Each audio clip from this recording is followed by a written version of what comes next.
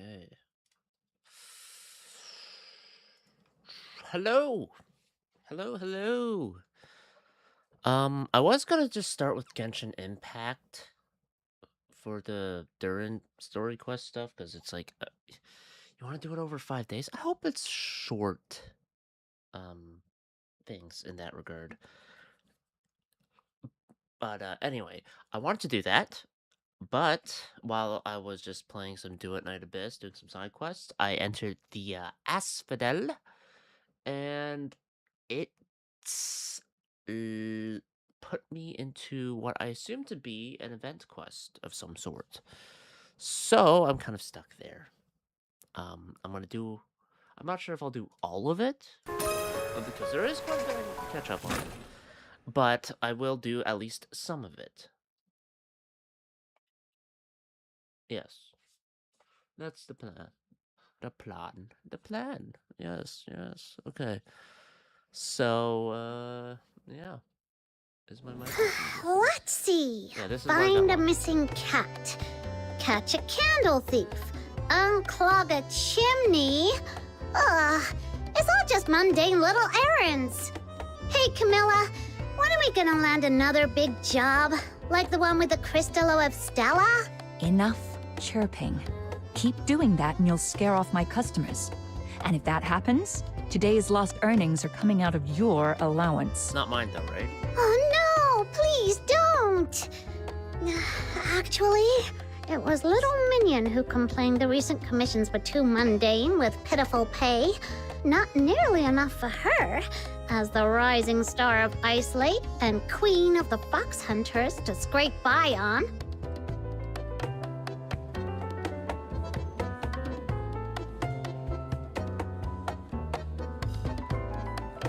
No. For the record, I never said that. Little Minion, how could you just sell me out like that? But I'm so bored. The leads my little minions chasing haven't gone anywhere. An outsider is off doing who knows what. Oh, how about this? Little Minion and I will help out at the tavern. The pure white redeemer, demon king of light, will bring an awesome energy that'll brighten up the whole place. I still don't know why Snow decided to attach herself to us. Like, we just met her with Camilla, and then it's like, you know what? You're my minion now. That's it. Now we're going on a journey together, or I'm joining you on your journey, but I'm gonna say it's my journey. And this rare act of charity absolutely calls for same-day payment. Not happening. I've got an important client to entertain today. If you stick around, they'll think I've turned my tavern into a nursery. I've only been away for a few days, and now Camilla doesn't like me anymore. Nice try. Tears are the most useless thing in this tavern. They won't get you anywhere. Here, 2 opera tickets. Go watch a show and let me have some peace. Okay. Did the tears work in that she felt bad for Snow, or did it work as like, okay, this is annoying, just get the fuck out of here? Children from the Snowfield is finally making a grand return to Ice Lake after 2 years, featuring Lady Violet herself in the cast. These tickets are nearly impossible to get hold of. Now then, my dear Demon King, is this offering good enough to buy a moment's peace from you? I think so. Can't wait for Blues to see it. Children from the Snowfield. It's back on stage.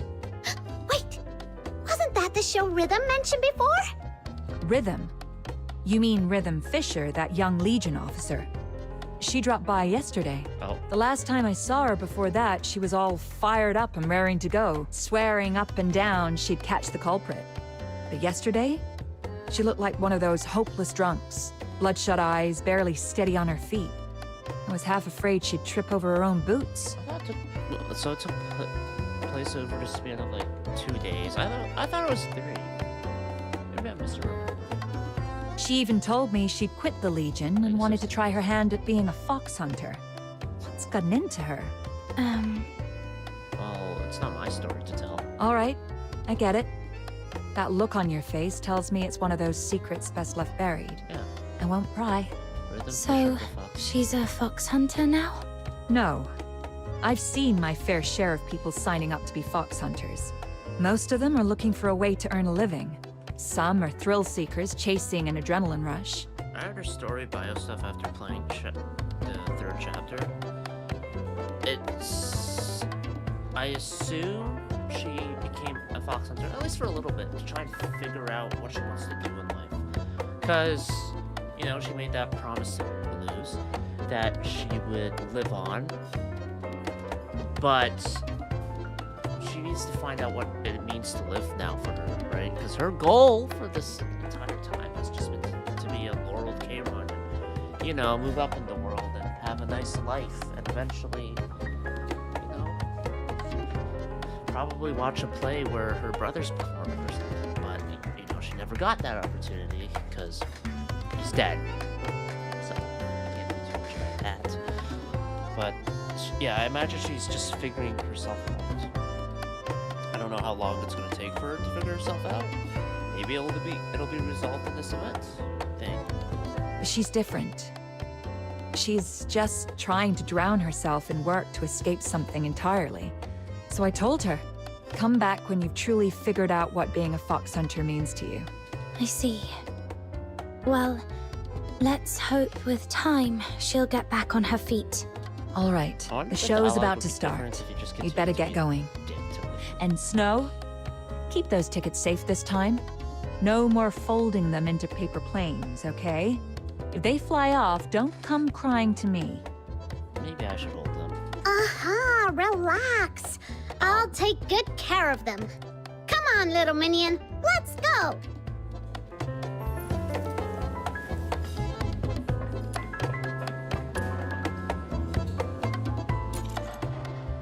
The theater. Tune Tower.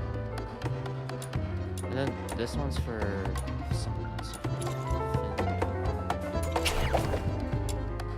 It's different here. Does this count as a main quest? I do. I need to get 60. I can kill some people. Or kill people and enhance a demon watch maybe.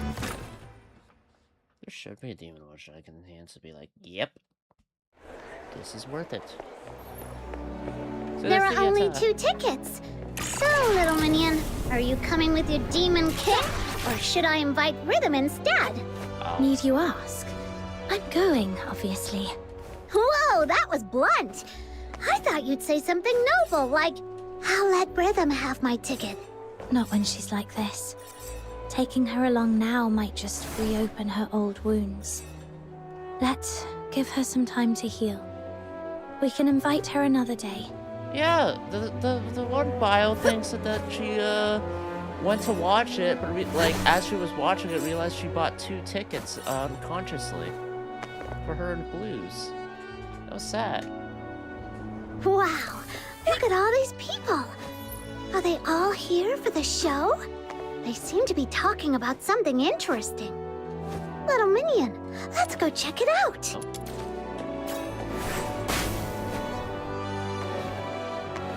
The rain hurt Mum's flower. Giddy. Daddy, Daddy, we're about to hear the lady's magical singing. Oh God. Watching the opera with Daddy and then going out for a fancy dinner. Today is officially the happiest day of my life. Whispering passerby. Hey, did you hear? A few days ago during the Silver Candle Carnival, someone committed a murder right at the opera house. This got so bad the legend had to step in. Some say it was a ghost, others say it was a forsaken, or maybe even the monster behind the K-Runner coming back to life.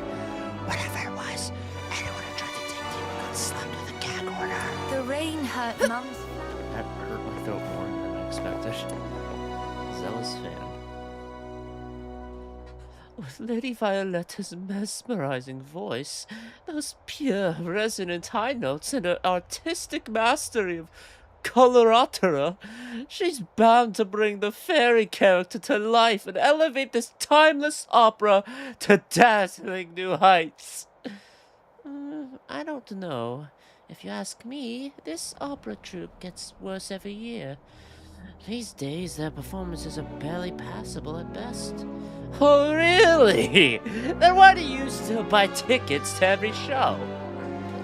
Well, you can't judge a show without actually watching it, can you?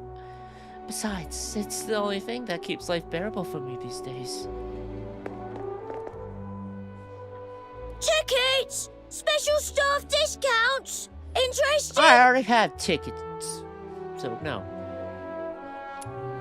No. Thanks, but we've already got our tickets. Well then, I also buy tickets.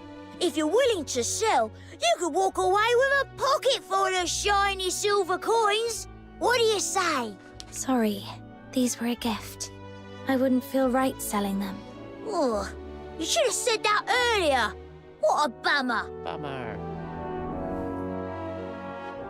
The boy stomped off. As if to prove his frustration, he deliberately shoved his shoulder into you and stole as he passed. Ow!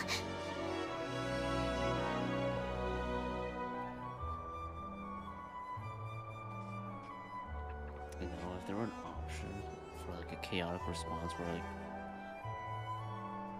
I kicked the kid, I might have went for it. He was the one who stopped us! What's his problem? Forget him. Let's hurry to the ticket booth before the show starts. Oh. Wouldn't want to miss the opening. Oh. He pickpocketed us, didn't he?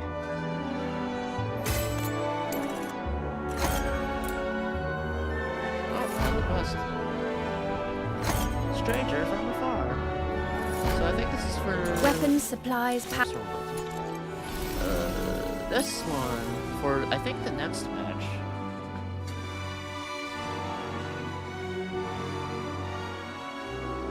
And then I need to do this. What's related to this? For Fina?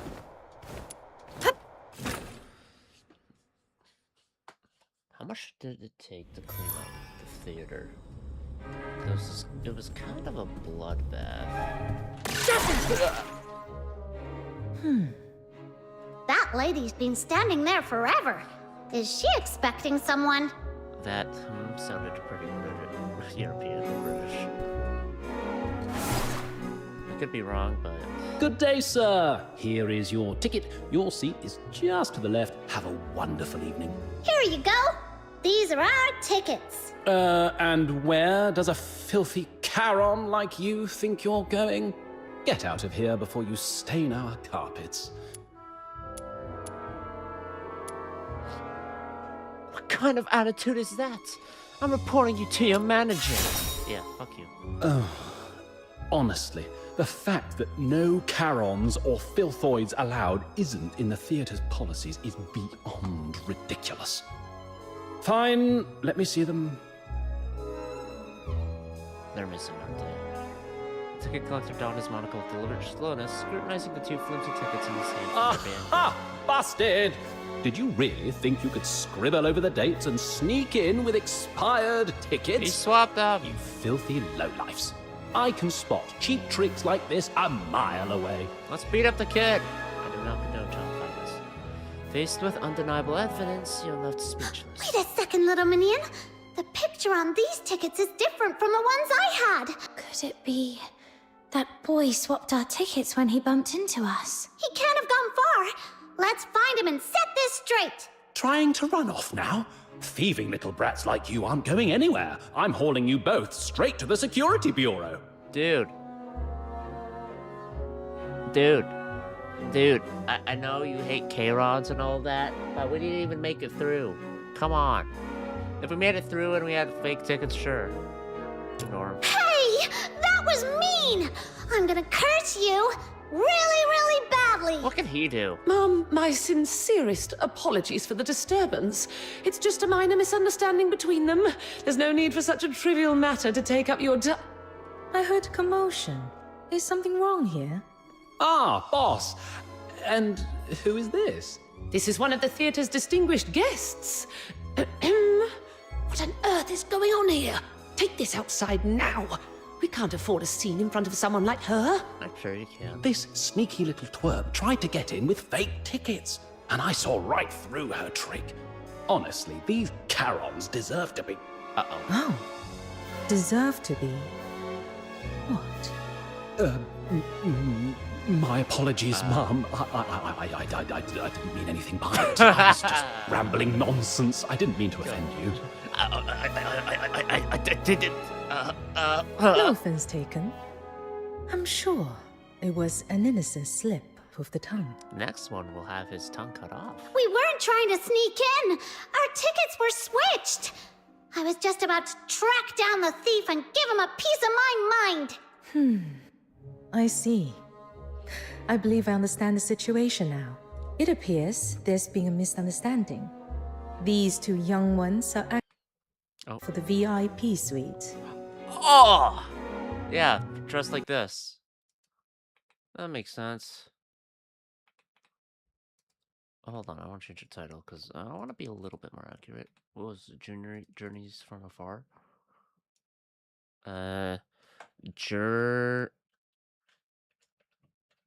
Journeys from Afar?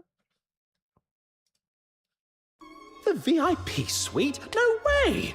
That's the best seating in the Gallia Theatre. Only someone with deep pockets and high standing could reserve it. Today's VIP suite was already booked by a wealthy foreign merchant. Now, what was the name again? What was the name of this wealthy foreign merchant? Julio, correct? Julio. Here, my reservation confirmation. I paid for this suite in full. Yeah. Bringing along two young ones shouldn't be a problem, right? Yeah. Mom, are you sure you want shady little punks like them to dirty your private suite? Don't be fooled by their innocent appearances. I can dirty your face if you want. I have my own judgment as to what kind of people I have they 100 are. chaos. Or are you with questioning my me. judgment? Listen. I'll fight you. I got a gun. Of course I'm not afraid not, to use Mum. it. Whom you choose to bring into the suite is entirely up to you. Even if you invited ragamuffins from the slums, the Gallia Theatre would still be honored to serve you. Shut your cake hole, you idiot. Oh, Oh! No. All right, calm yourselves. You've done your part. Now, here's what you should do. Lead the way and show us inside. yes, Mom. One last piece of advice for you. In my homeland, there's a note saying, thoughtless lips invite trouble. Watch your words. You never know what misfortune they might bring upon you. Oh, yeah. You hear that? You hear that? Watch your fucking words, buddy.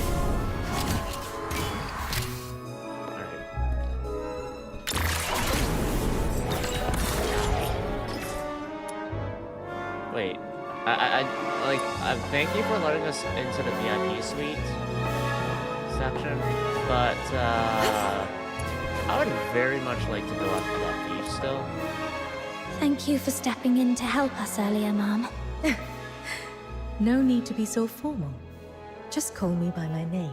Lady Jiliu, then? That's not much of an improvement. Lady is more of an empire term, isn't it? I've never really grown used to it. But the Empire's so good. I've spent years traveling for these Karens. lands as a merchant, overseeing a few shops of my own. If you feel you must use a title, perhaps proprietress would be more fitting. But that's too many syllables. All right, then. Proprietress Jiliu, were you expecting someone? I hope we're not intruding. That's what you've been worrying about? Oh, how adorably considerate of you. It's okay. I don't think that person will be coming. Oh. Watching a show on one's own can feel a bit lonely. Having you two here has brightened this suite considerably. If anything, I should be the one thanking you. Clearly, you need to binge some stuff. Little minion, can you believe someone would stand up such a rich, generous, and gorgeous lady? What a fool! In my homeland, We refer to the chance encounters between people as fate. Such moments are rare and precious. When it happens, we believe it's worth cherishing. Wouldn't you agree? Sure. Remain silent.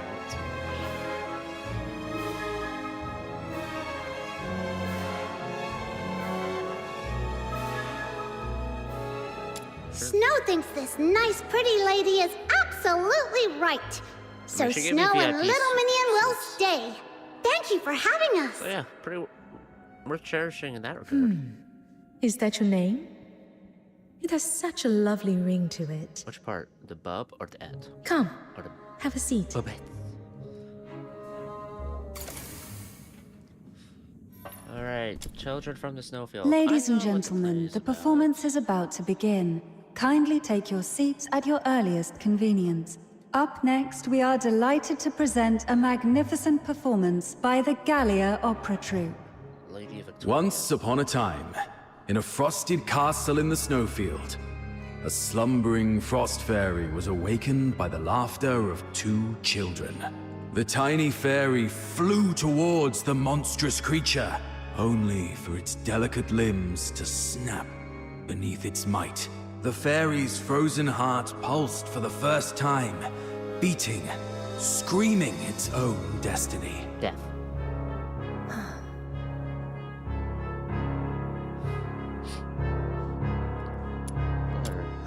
Look there, they smile so bright, and it lights up my night. How I wish I had mine. My frozen heart, it's been cold for a lifetime. How I wish I could feel the warmth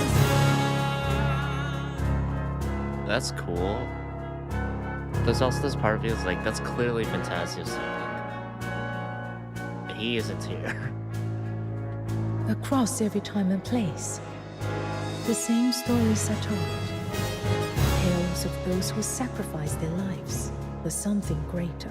But are the things they die for truly worth the price? They can't really...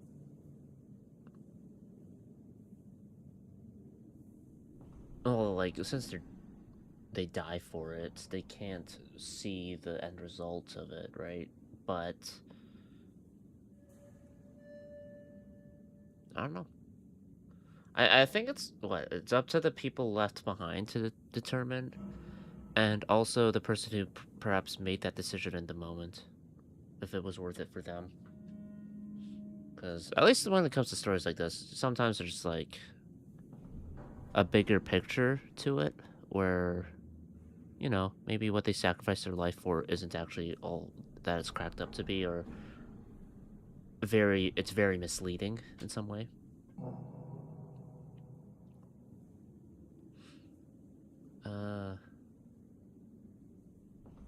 So yeah, it's really just up to them.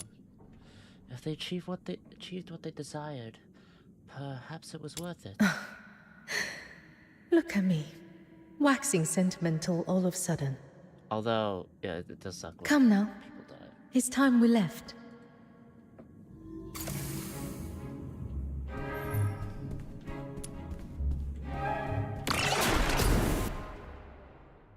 Not so fast. Our boss says you're not going anywhere yet. Agent 47. Who are you? And why so rude? Is this how you treat the great demon king of light? Yeah, you're not supposed to confront your target. Huh?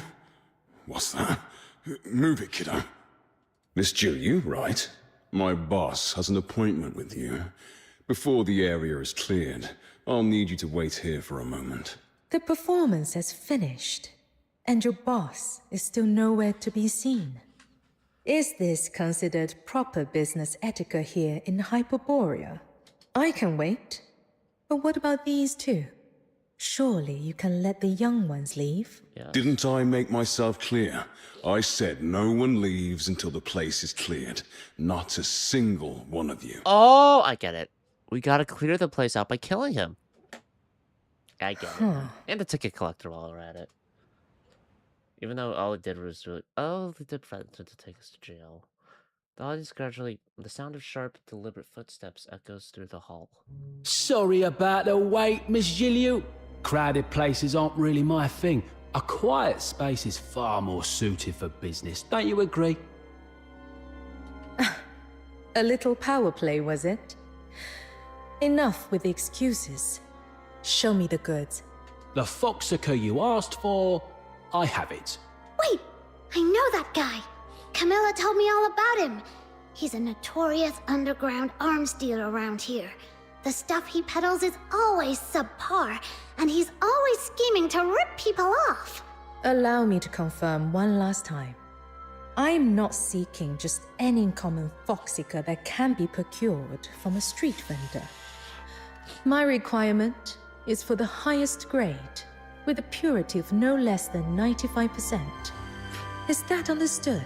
I can give you a purity of more than 95% on every bit of foxcur. If you kill me, you won't get it. You won't get the foxcur that you want. Except it's not. You're free to inspect it yourself. But let me make one thing clear. Our policy is payment first. Pay up, Mom, and then it's all yours to examine. That's weird. I feel like most of the transactions have some like...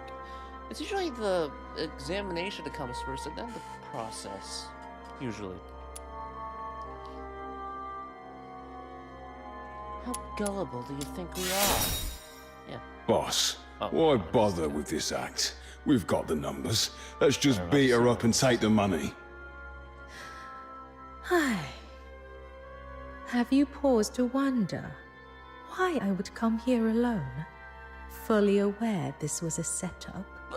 Because you're stupid, filthy Kayla. There are two possibilities. Either I'm hopelessly naive, trusting that this exchange will proceed peacefully, Yeah. or I'm entirely certain that no matter how many men you've brought, I'll leave here unscathed. Now, which do you think it is? Well, what do we do, boss? Sounds like she's got everything under control. She's bluffing. Let's get her. I was about to say it's 3-on-3, but it's more like 2-on-3. Alright. Oh, There are whoa. two young ones with me. I shall ensure they remain unharmed.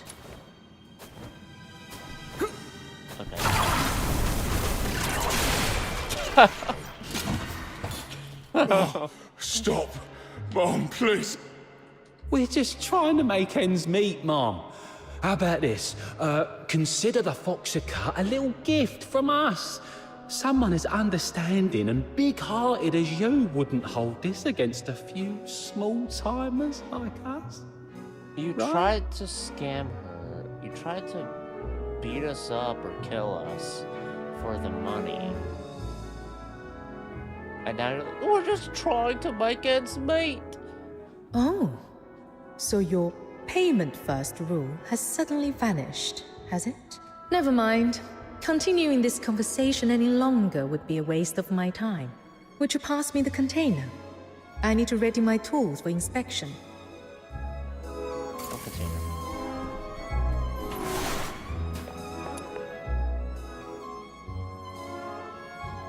Julius retrieves a small, intricate object and lights it. Its design jogs your memory. You recall reading about it in a book. Could it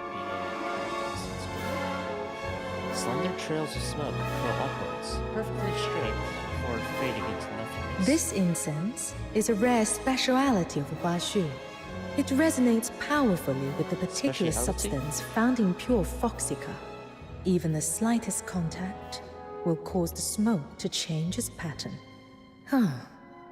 Judging by this reaction, the foxica he's brought is worse than even the lowest grade. High-purity foxica is military regulated. It's not as though common folk like us can get hold of it easily. But you said you had the highest grade. I think you did. I was under the impression you had your own connections. Clearly not. What a complete waste of my time. But... All right. Thank you for helping. But, Could you pop the lid back on? we watched a play together. The lid feels slippery to the touch. As you twist it shut, your hand accidentally knocks into Julius, nearly causing the incense burner to drop. I'm so sorry, Proprietress Julia. Little minion, look! The smoke is reacting to you. Could it be? I am Pierre Foxacre? Be nice to your neighbor? What neighbor?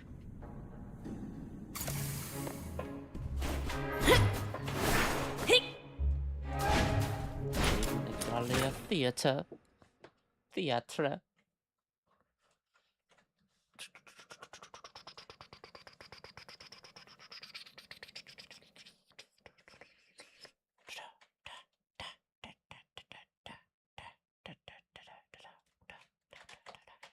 Ah, I was completely wrong. So this pretty lady wasn't stood up by her lover. She was there for a secret trade. Phew, good thing I didn't blurt that out earlier. Okay, that thought never even crossed my mind. I just assumed it was a deal. She said she was a merchant, so I was like, oh yeah, probably a deal of some sort. I only intended to invite you for a lovely evening at the opera. I didn't expect to pull you into trouble. My sincerest compared apologies. to getting arrested, this is pretty fine. Oh, no worries at Those guys all. weren't shit anyway. My little minion has a special knack for attracting trouble wherever she goes. What? Thanks for the compliment, Snow. Well then, take care. Oh, Just because it one more denied thing. my involvement? I'm not familiar with this area. Do you happen to know the way to a tavern called the Asphodel? Turn right. Go down the stairs, go across the square, past the fountain, and then there's this place that looks like a bar. That's the Asphodel. I know that place like the back of my hand. We'll take you there. Let's see, am I right? So you turn right. Oh. Yes, you turn right. Oh. Are you going to the Asphodel to meet someone? Let me guess. Could it be a boss lady with golden curls and a sharp tongue? You got that right. Yes. This Demon King just never misses a guess. Oh, but please don't tell Camilla about the sharp tongue part, or my allowance for today would be gone forever. Say it then. Hi. Why would you risk your allowance like that, Snow? Here we are.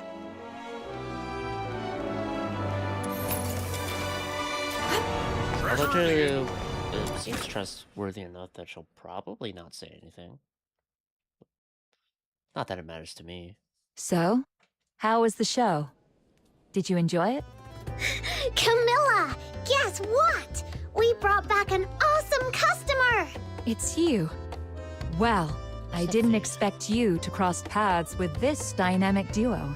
They both work for me, in a manner of speaking. They didn't cause you any trouble, did they?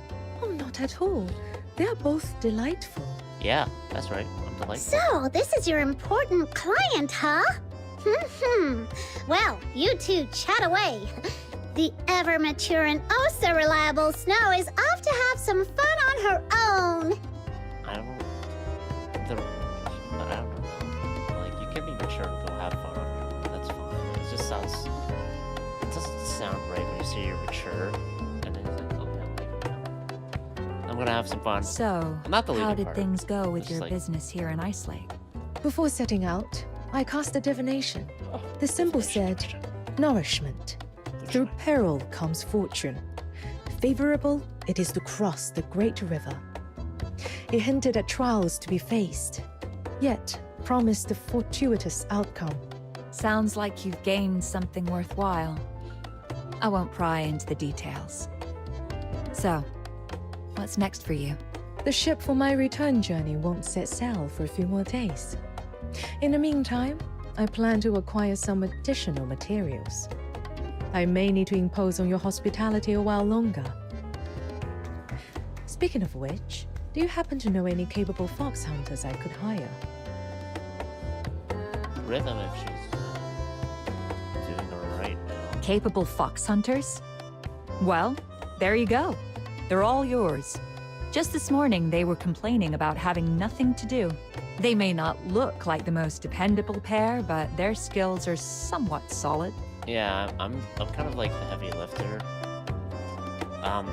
See, like, I'm the dependable one. Snow's there. Snow can hear you. For the record, we're super dependable. I'm super dependable. How fortunate. I'll throw you on. It seems our paths were meant to cross You again. just attached yourself. I'll be to me counting on you in the coming days then. like a fucking tick, sucking my blood and giving me Lyme disease.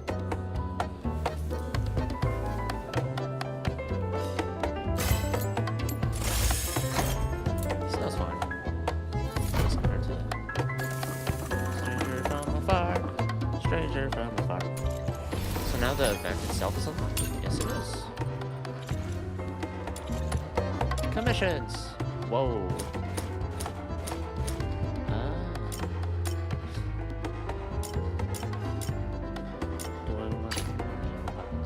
Strange filthoids have been spotted in Iceland.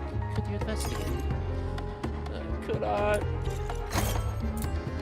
So what, just do some missions for across 7 days? That's just enough. I'll be right back. Don't worry about it. I got this. I got this. I can kill filthoids like nobody else can. I just press E and then I zip zap by them and they die. My right eye's been bugging me. It doesn't help that I'm doing it. Whoa. That's pointless. Because I chose to live on! Help me. My venom is surging like my passion for love.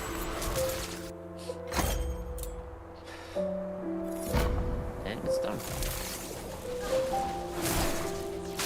Beyond the page is the one thing for... Is it the first day or the second day? It seems like the commissions are just, you know, piss easy, do that. Treasure the intel, never miss the thrill. I assume the last day will have some dialogue of some sort. Probably. I wouldn't be surprised. Oh, I'll take a 20% cut. You keep 80%, as usual. Let's see. It was the first day. Oh, I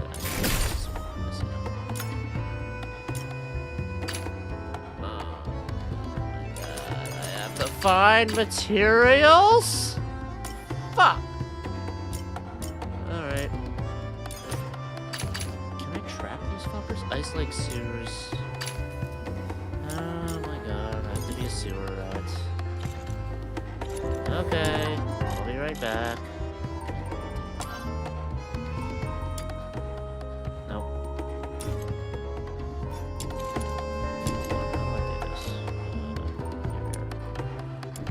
Ice Lake sewers. Snow caps. I just gotta find some snow caps. I'll be right back. Don't worry. I'll get 2. Was it 3? I think it was 2. Find 2 snow caps. Maybe a bit more, just in case she's, My venom is surging like my passion for love. Just in case she's... Whoa. That's water. Alright, snow caps! Snow caps! This time, I will be the shield. Yes. Your money or your life! Oh gosh, how am I supposed to mug a walking arsenal? See ya! No. I mucked it all up!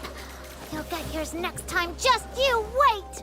I mean, fucked it all up.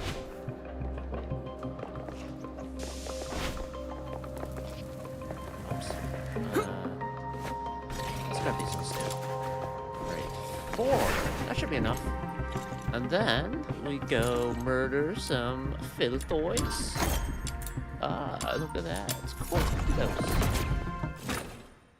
For the location.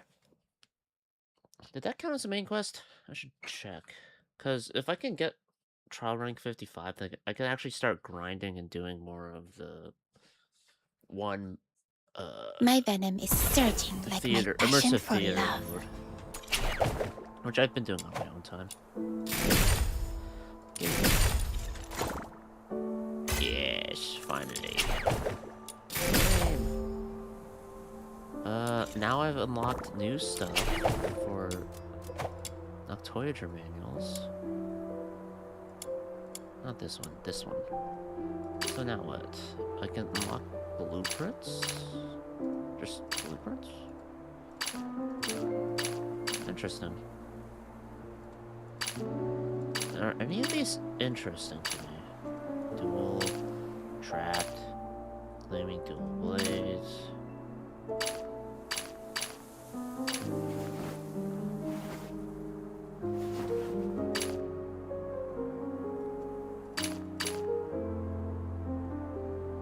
This one isn't too bad if you're up close and personal. This one's good for ranged people. Or no, it's just for more one-on-one fights, really. These kind of suck. I'll be honest. These are fine. These are good. This is what I want. These are the ones I want. The others I don't give a shit about. These kind of suck. Like, oh, by you or your combat partner. Like, I don't know. I feel like that's good if I end up running a team that all has great swords or something, you know? But I don't. Not really. My weapon variety in terms of my team is pretty varied. God. Come closer. How many days are there that have to be done? Haven't been done. Whatever. I probably should do answers that vary a little bit more, but I just keep leaning towards the... Can I just enter the... Am I not able to just teleport into the asphodel? It's unfortunate. God damn it. Fuck. Treasure the intel, never miss the thrill. Talking about treasure intel?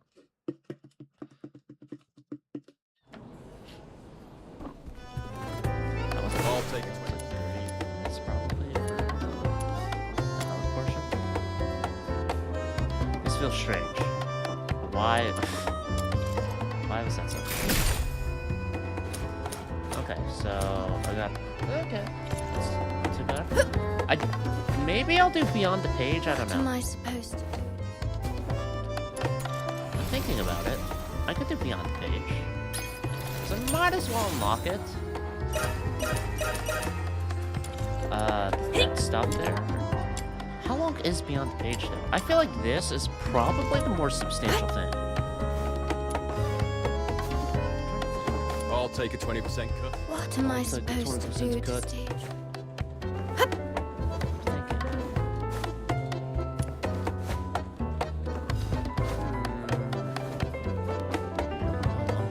That's the thing. I'll take a 20% cut. You keep it. Weapons, supplies, power levels, mission plans. Are you taking me out to play? Pinky promise. No backsies. You're a sword assault rifle. You have a book.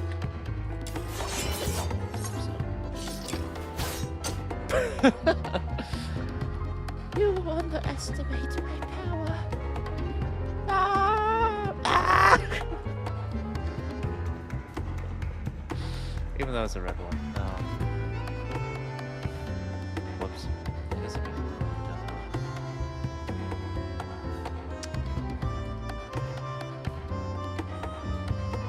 I've changed the terms of the deal. Pray I do not change them further. Man, this deal gets worse all the time. That was my Lando, if you can't tell. Treasure the You know what? Okay. Mainly because I need... Weapons, supplies, power levels, mission plans. Check completed for the 7th. I'm just gonna do the... I'm gonna hop on Genshin now. Just so I see what it is about. Okay?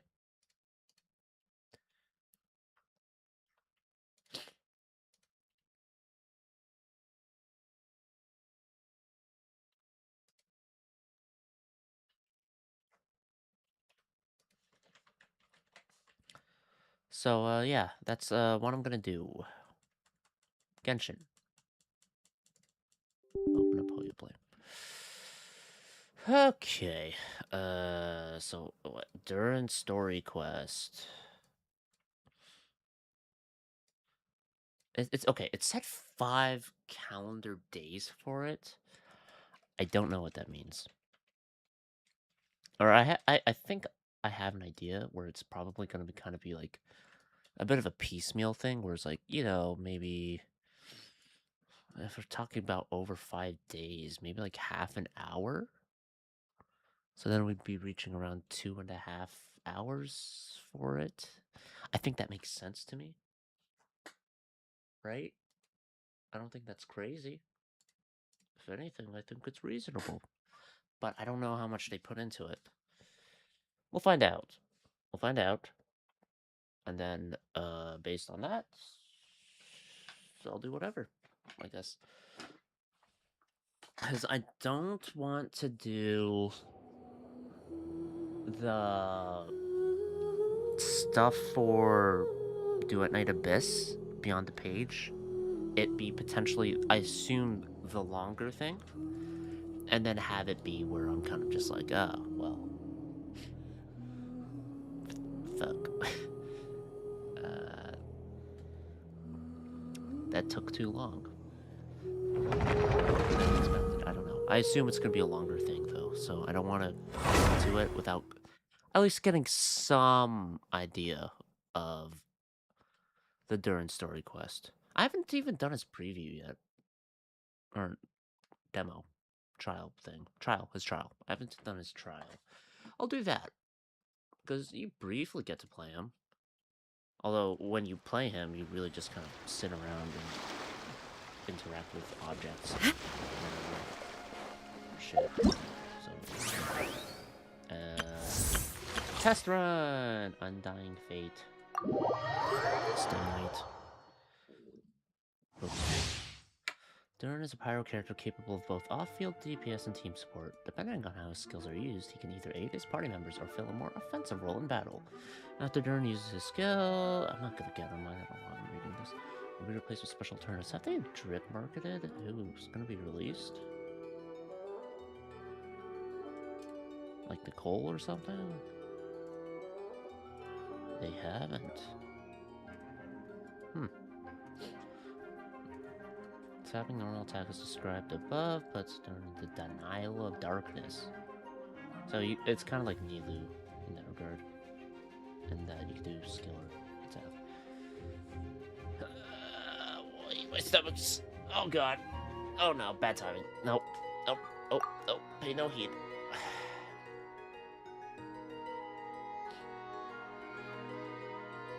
Oops, I did not. Don't give me a tutorial. Leave it to me! Okay! New life!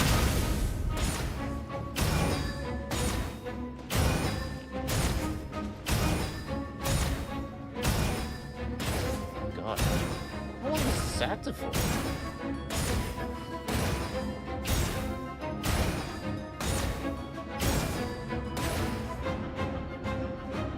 A little longer than his first cooldown. Get back! This is burning shadow! Okay. I don't even know what each version does, because I didn't even read Wow! Dumpy Dumpy Toe! Moment of birth! Teamwork is dreamwork! A turning point in fate! Oh, yeah, that's right.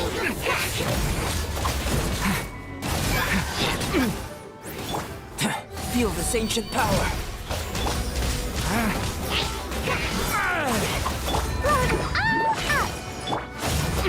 Leave it to me! The story has only just begun! Witness my great undertaking! I'm going in!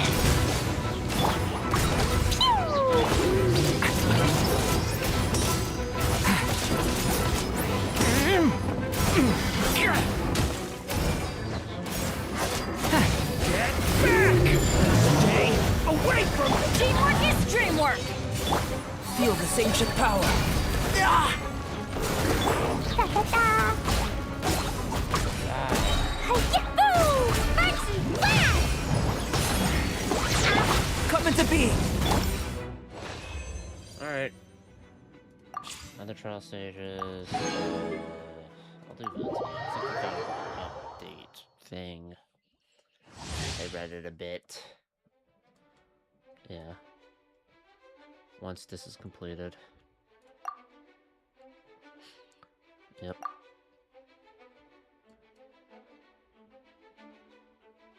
Yeah, that's the part that's new.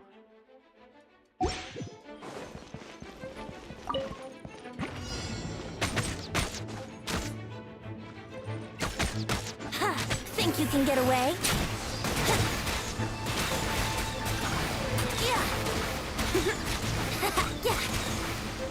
That's neat.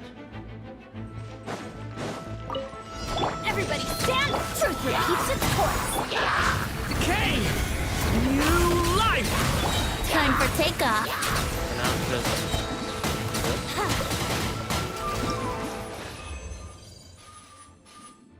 Neat. So, and that... how does it work for Venti? Is it just a limited... or a set amount of arrows you can shoot? Or is it a, duration of time like Yoimiya, where getting more attack speed would actually be viable? High frequency elemental damage and continuous healing. Charges at her target. While moving, she fills her purloined treasure flask based on the elements applied to nearby opponents. Cool. Neat.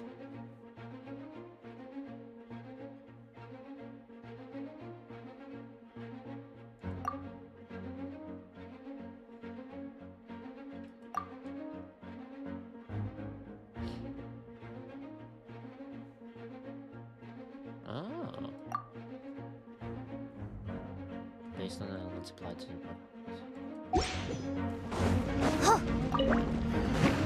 You're not going anywhere! Finders keepers! The night cometh.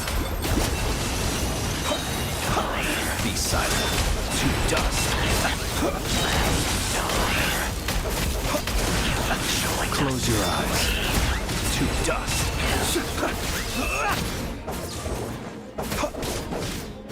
Be silent. Close your eyes. Do you fear the dark? Look, a rainbow!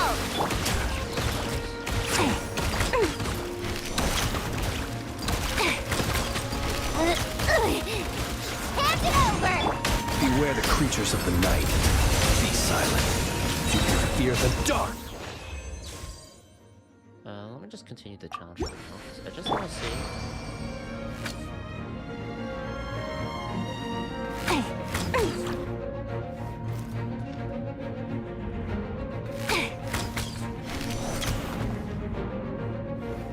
The goggles.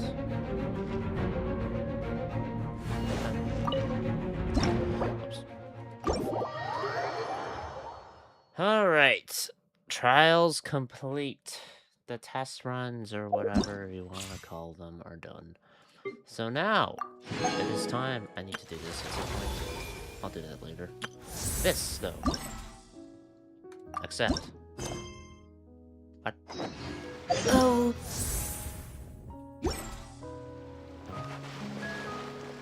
Alice? You recognized me just like that? Maybe I need to work on my impression. I skipped the dialogue, whoops. Anywho, come to Star Sand Shoal. There's a little something I'd like your help with. What's a special reward? Well, it wouldn't be Clay's mom without a hefty dose of mystery, huh? Is it just like a Let's go see what this is about! He gets above too.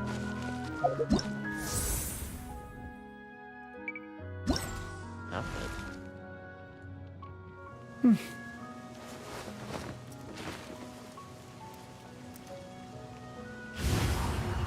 Obtained after completing.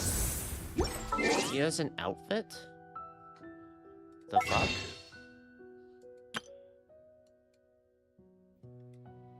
Huh? Wait. Okay.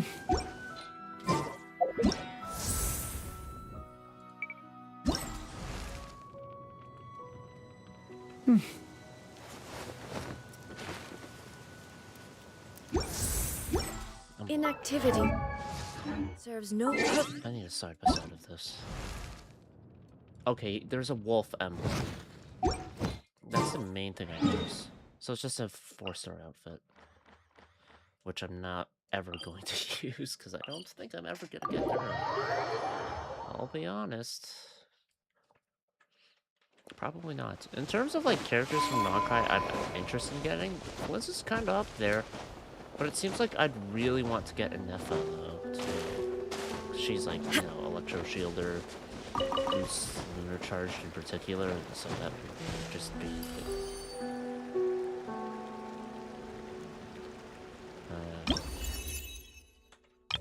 Yeah, I remember this shit. Navia, Nilu, Kirara, and Wanderer had gotten involved.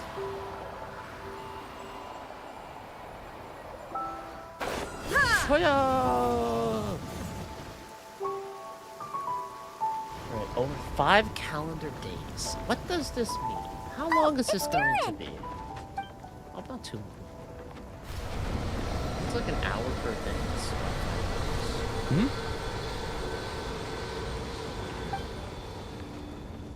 Traveler in Paimon? I'm sorry. I hope I didn't scare you. Oh, no, you didn't scare us. Just gave us a little surprise. Looks like you've gotten even more powerful now. I don't know. It just feels like it's gotten harder to control. I didn't mean to strike so hard. I'm so relieved you didn't get hurt. It's all good. We've had worse. Is there some power inside you acting up? No, don't worry about that. It's been very stable ever since I got this body. Albedo made sure of that. Yeah, just ignore the residual, like, abyssal energy or whatever. What you saw just now is something that only started happening recently. Maybe I'm still acclimating or something. I'm sure it'll clear up over time. Or something. Anyway, what brings you here? Did you need something? Well... The day that the writer and the watcher crossed paths was the day that the magic known as storytelling was born. So, she asked us to come.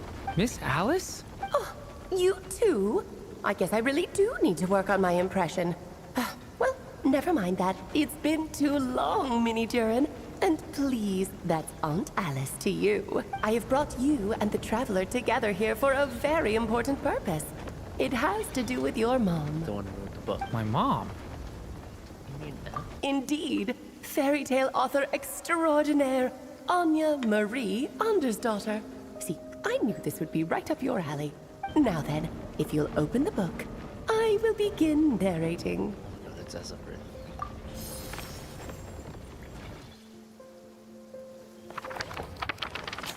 The day that the writer and the watcher crossed paths. Are we just experiencing the whole story in the book? Whoa! What is this place? It reminds Paimon of Simulanka. The two are indeed similar. Both worlds were built using the same magic after all. Hello. Aha! So it is Alice! Hello, Aunt Alice? Oh, no need to be shy. Just think of me as one of your mother's dearest friends. You keep talking about stories and magic. What's this all about? Simulanka 2.0 or something? Certainly not. Simulanka was a peerless masterpiece. Without the original author, it would be impossible to create a sequel, even for me.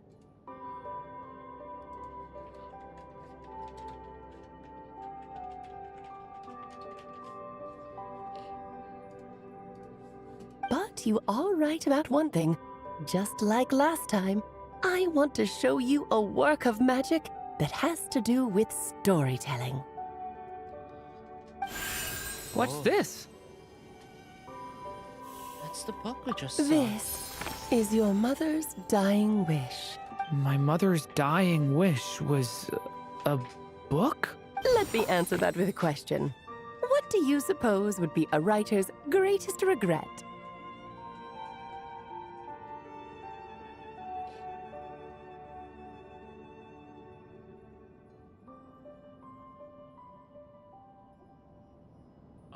Leaving a story unfinished? Not getting enough money? I don't know. Have you ever read a book called The Little Witch and the Undying Fire? Yes. Not yet. Oh, well, you're missing out. It's a wonderful book. It began as a little game at our tea parties.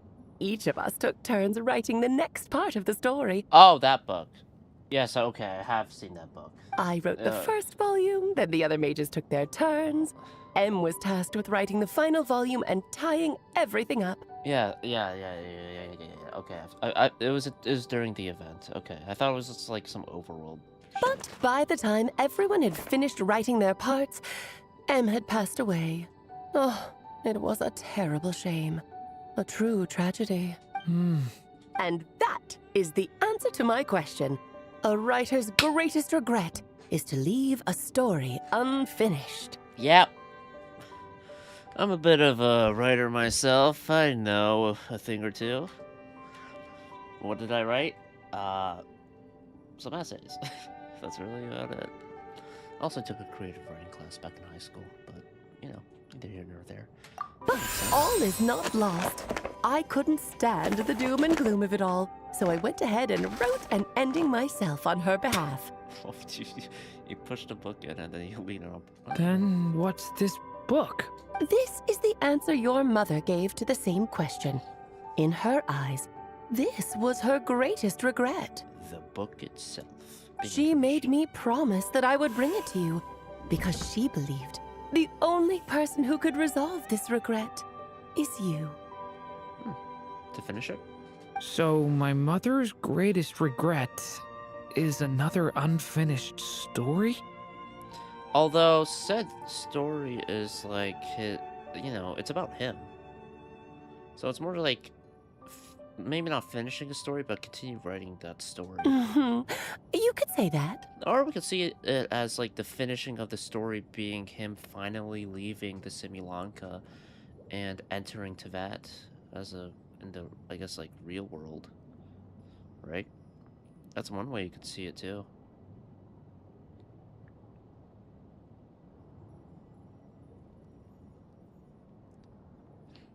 Hold on, I'm just messing with some stuff. Okay.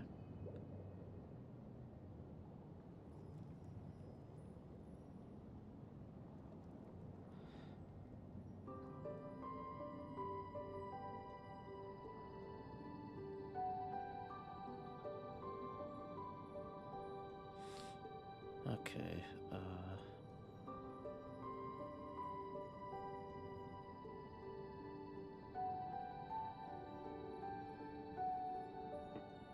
sorry.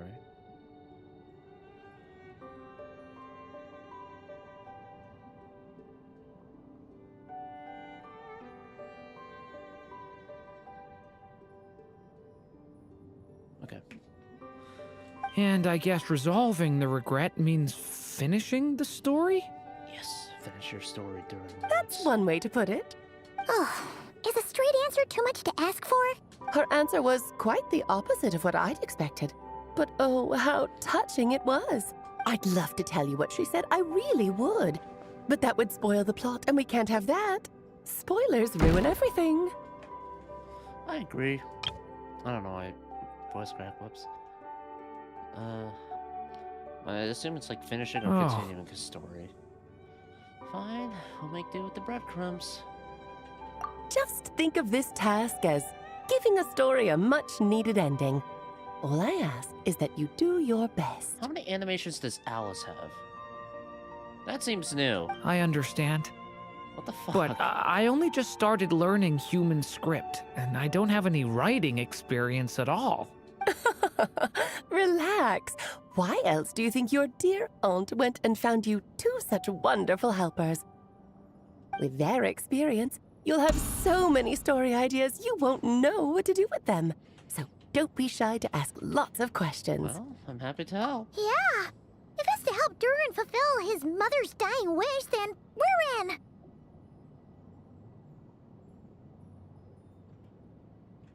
Aunt Alice, could I ask, what kind of story was my mother hoping to write?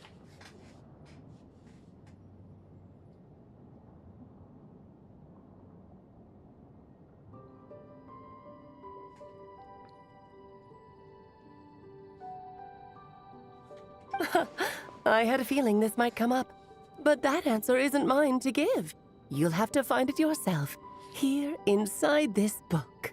Don't worry. We'll help you come up with loads of ideas. I assume the answer will be something that is meant for Durin. Yeah. Let's find a nice spot where we can settle in and read through this thing. We could even get some snacks, too. Oh, the actual process might not be quite the walk in the park you're imagining, Paimon. Why's that? Because when Em created this book, she borrowed my magic. In other words, it's not a book you can just pick up and read. It's a magical book. Its chapters are scattered through memories of the past. Gather them all, and the book will show you its secrets. So I'm going through chapters, right?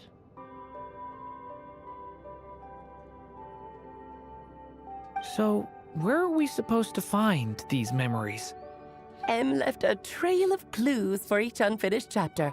Follow the hints, and you'll find them. Oh, and when it comes to adding to the story yourselves, you'll need to use this.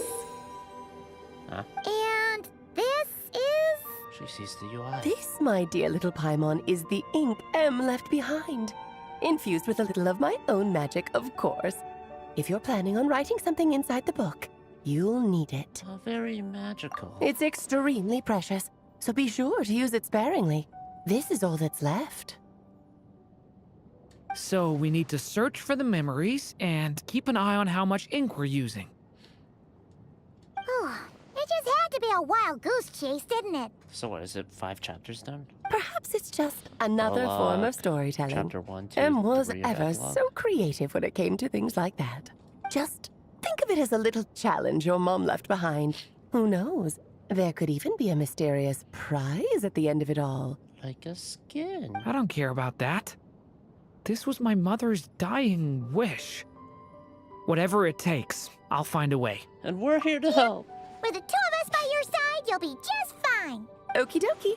That should be pretty much all you need to know. I think I like snow more than pine. Ah, and once the story's complete, do let me have a little look-see, okay?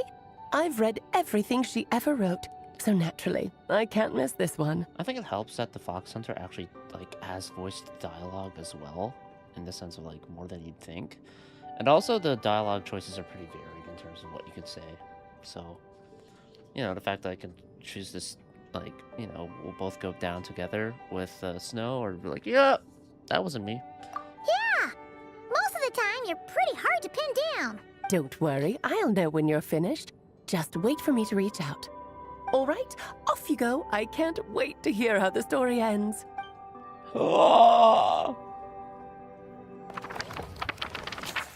Was the day that the magic known as storytelling was born. The Watcher. Oh, here we are again. Alice's magic really is incredible, huh? Let's take a look at this book. Right. Alice mentioned we should be on the lookout for clues. Huh? A corner of repose for countless tales, watched over by the honor of knights.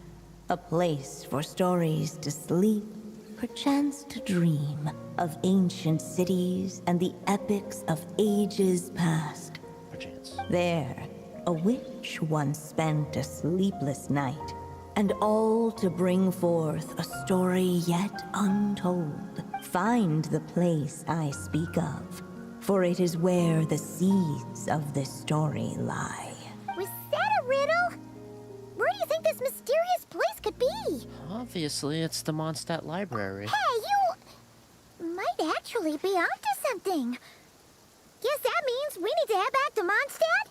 I wasn't paying too much attention, I'll be honest. Like, I was like, sleepless night, and then find the place, or... A corner of repose for countless tales, watched over by the honor of knights. Yeah, Knights of Favonius. Headquarters, and there's just a library there. Yeah, that makes sense. I had a feeling that's where we would be headed. After all, it's where my mother was from, and I bet it's where she wrote this story, too. Yeah, that makes sense. Still, I feel bad about dragging the two of you along on such a long journey. Don't worry about it. We don't really have much going on right now, so we're all yours. Come on, let's go! Okay. Act 1. The magic known as storytelling. 5 calendar days.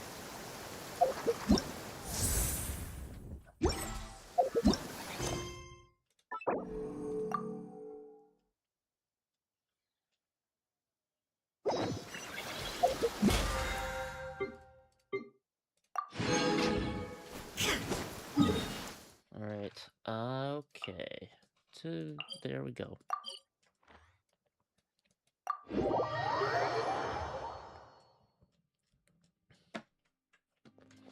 What's that?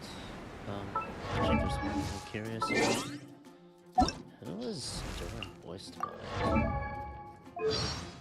A Lori Kindson. That's neat. What's he doing?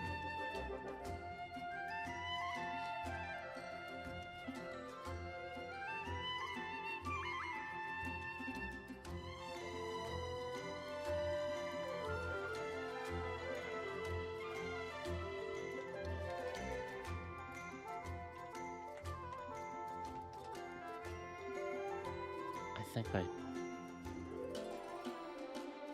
probably spelled it. Lori Kynaston. I said Lyra. Lori Kynaston. English actor. He sounds like fine. He sounded like a bit of like Tainari or Mika, but doesn't sound bad. Only credited voice role is Genshin. Interesting. The voice fits the character. That's what I think. Like a fledgling human dragon guy.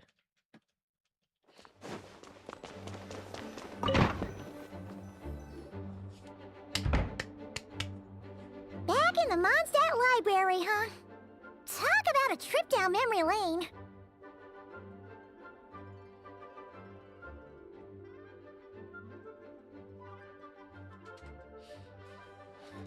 It's been a while. So, we're supposed to find the seeds of the story, right?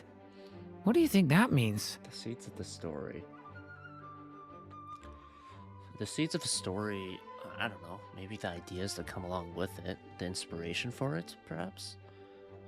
So, I don't know if this is the right train of thought, but what would inspire her to make a story about Durin? Well, we're in a library, so it's gotta be books, right? Probably Seriously, Durin's records? there's so many here. How are we supposed to know which ones we need? Making a racket in a library? You should know better than that. Lisa! Oh, sorry about that. Now, who do we have here? Ah, my golden-haired cutie. And my little horn cutie, too. Sorry, Miss Lisa. I know you taught me to be quiet in the library, but Paimon was just trying to help. Please don't be too hard on her. No, feel free. Well, She it needs has been far to be too humbled. long since we saw each other.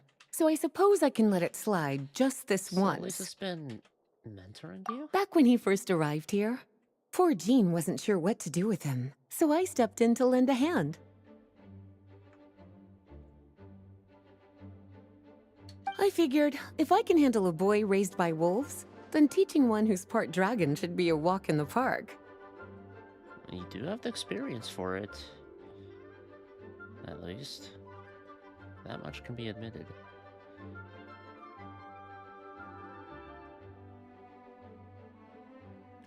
Nice! Sounds like Durin was welcomed with open arms. Why, of course. Now, let's save the reminiscing for another time. I'm sure you're here for a reason. Did you need to borrow some books? It's kind of hard to explain. Maybe you could take a look at this. Yes. Oh? I assume it's gonna be the records of Durin of some sort. Ah, I see. These so-called seeds of the story must be the books that inspired its creation. Yes. That's just how it is with stories.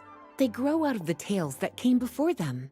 And that mage, I can almost picture her here, hundreds of years ago, scribbling away at one of these very desks. But we don't know anything about this story. How are we supposed to figure out which books inspired it? It's about your previous counterpart. As it happens, just before I found you here, I was looking into something rather peculiar. One of the knights reported seeing some books that weren't listed anywhere in our catalog. Stranger still, just as he went to reach out for them, the books vanished into thin air. And then, a while later, while he was browsing through other shelves, there they were again. Seriously? It disappears when you get close to it. That particular knight knows this library inside and out. I'd be very surprised if he was seeing things. Something tells me these might just be the magical books you're after. It's very possible. According to the report, there are 3 of these books in total. I'll be relying on you to track them down, cuties. Kinda looks like a poetry collection. But why is part of the title missing? Let's see what Lisa makes of it.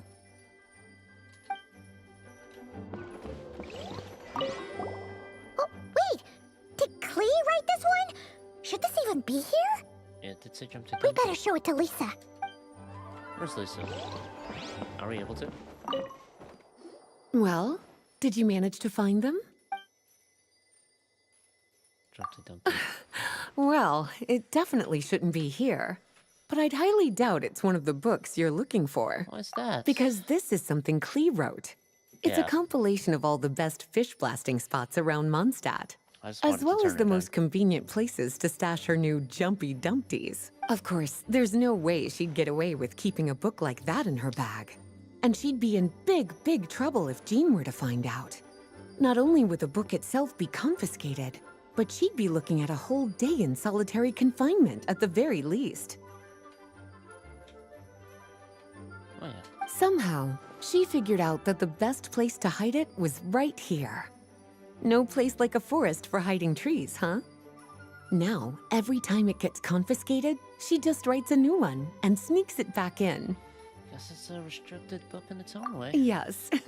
So thanks for helping me find it. I'll finally be able to hand it over to Jean. Well, did you manage to find them? Seems like there's still some missing. Why don't you try checking the other shelves? Yes, I shall. An experiment log? Looks like part of the title's been erased. There's something seriously suspicious about this book. Poor princess. Let's hang on to this one for now. Could be one of the ones we're looking for. Poor princess. I don't know if it was in Genshin or something else, but there was a character referred to as the Boar Princess. It's one of M's, after all. Was it Samurai Warriors? Second strongest spell in existence. Do not show Klee. Wait, there's actually a book like that right here in the Mondstadt library? That title's just gonna make people even more curious. It's doing its job. Huh. There's definitely something fishy about this one. It has to be about Durin. Well? I'm curious about the experiment log? Because I'm curious if it refers to This book definitely doesn't belong perhaps here. something Dotori left behind. Because he was in Mondstadt for a bit. Yeah, we can tell just from reading the I never read title. the manga, but Albedo was the one who brought it in. oh, He suggested I place it on the restricted list and keep it sealed away. Why? He said it's full of forbidden alchemical formulas, some of which could even result in the creation of dangerous monsters. Apparently, the danger it posed was so great, he didn't even feel like it was safe to carry around or keep it in his workshop. Really?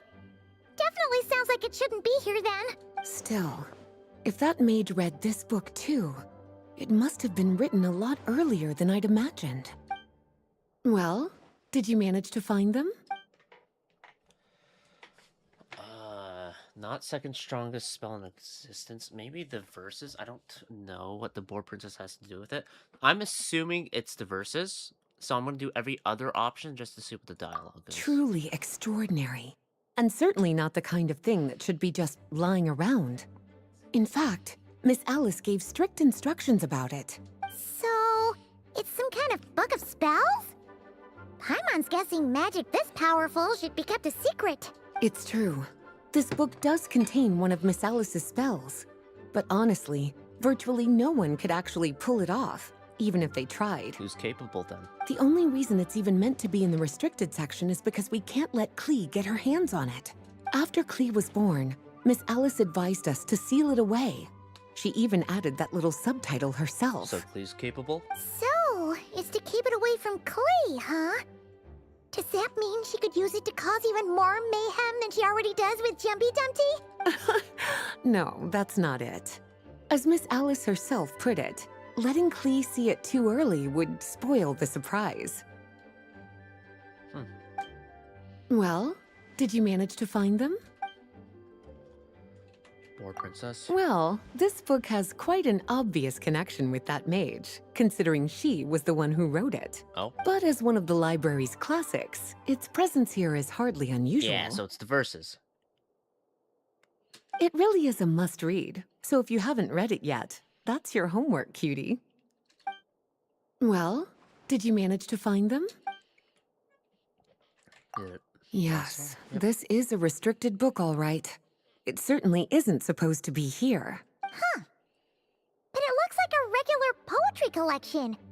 How did it end up being classified as a restricted book? The issue lies with one of the poems inside. You've heard of the great battle that took place on Dragonspine, yes? 500 years ago, during the cataclysm in Conria, an evil dragon descended upon Mondstadt. A fierce battle with Dvalin ensued, but in the end, the evil dragon fell, and Dragonspine became its resting place. We're talking about Durin.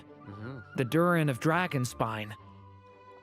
The inspiration. Well, the poem in question turns the whole battle into a dance, with the evil dragon recast as an innocent child who came here in search of friends. But given all the suffering experienced at the claws of that dragon, how could the people of Mondstadt accept such a retelling? Bards are often accused of inventing history or distorting the truth in their ballads. But this one hit a bit too close to home. And since the knights back then were unable to track down the author, they decided to ban the entire collection, blot out the title, and seal it away for good. I imagine enough time's passed by now that maybe it's not as fresh a wound. So the version in the poem, it was all a lie? I'm afraid that question is something only the dragon himself could answer. And we're gonna find that answer. Would you look at that? Seems like these are the little troublemakers you're after. And all three just so happen to be forbidden texts. What kind of story requires reference material like that, I wonder? I assume the actual, or the Durin of Dragonspine did want to find friends, right? I don't know. I'm just thinking of like why M would go through all that trouble to write a story about this, dragon. Because I don't think M would bother with a dragon that had only malicious intentions, right? Forbidden texts? The first time you mentioned that the library had a restricted section, Paimon thought you were just trying to scare us. Are you saying it actually exists? Not really something you should be poking your little nose into, is it, cutie? Sorry. Seeing as it was Miss Alice who asked you to look for these books, I won't question the matter. But they'll need to be sealed away again once you're done, so don't forget to return them. Yes. Don't worry, Miss Lisa. I won't forget. Yeah. Wait, if you could take care of it, Well then, that's all from me. After all that hard work, I think I've earned myself a nice cup of tea. Enjoy. All right. We've gathered all the reference books. What's next? Time to Wait, look! fill in the book.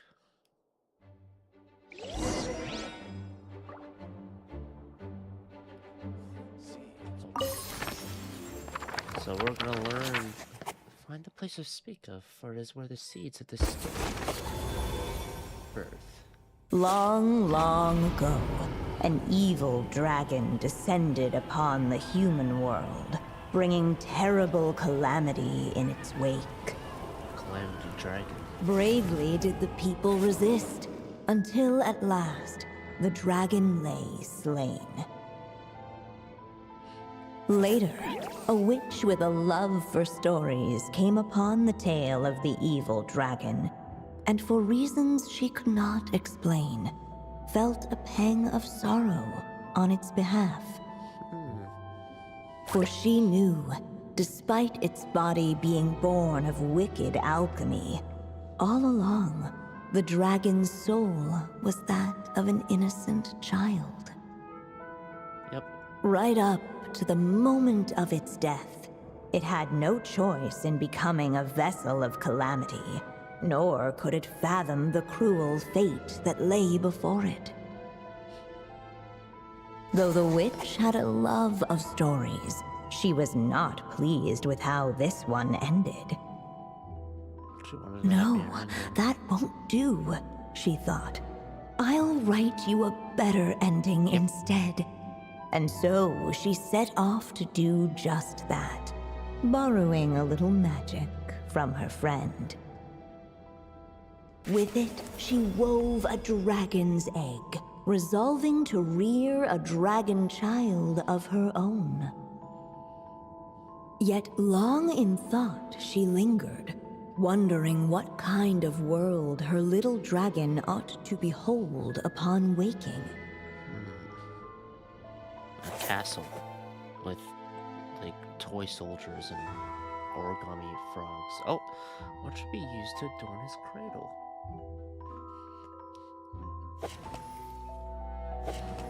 Palatial splendor? That sounds fancy.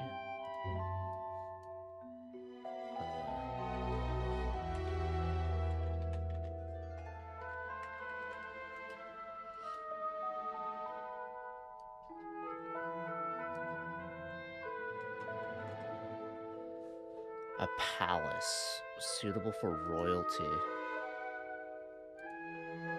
Woodland air.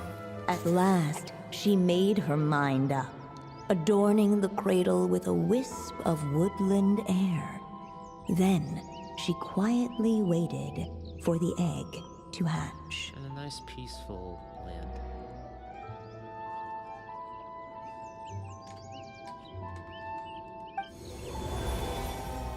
Whoa! We're actually inside the story! This must be Aunt Alice's magic.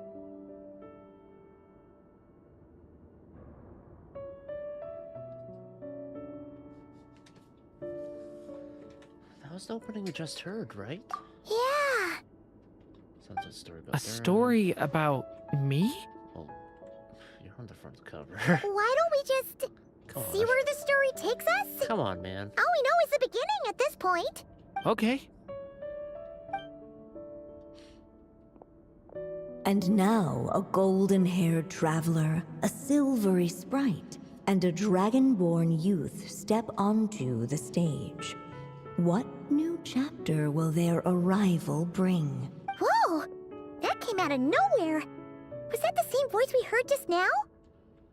Sounds like the story even has its own narrator. Yeah. But why does it sound so familiar? Is it just Alice? I've imitating, missed or is this. it, It's just like the stories my mother used to tell me. You mean... Em? She used to tell you stories? Yeah, she loved it. Back when she was still alive. Sorry, we should focus on what we're here to do. So, now that we're in the story, what's next? The dragon youth wondered aloud. Yet all he could do was wait for the story to unfold. So my assumption is, based off of this, we find a piece that will signal the start of an act, right? And then we'll enter the book, we'll witness this act unfold, and then we'll get kicked out the book, and then, we're out of ink. So next Of course, day we'll there's have to do something to be said for helping it along. Perhaps a little exploration could prove fruitful. Oh! Is that a hint? Suggestion for now. Yeah, I agree. Okay.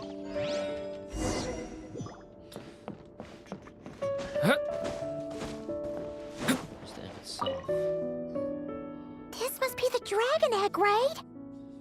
Looks like it's gonna hatch any moment now. Now what does it need to hatch? So we've got a dragon egg about to hatch, a witch who loves stories, and that evil dragon we heard about at the beginning. Yep, it all adds up.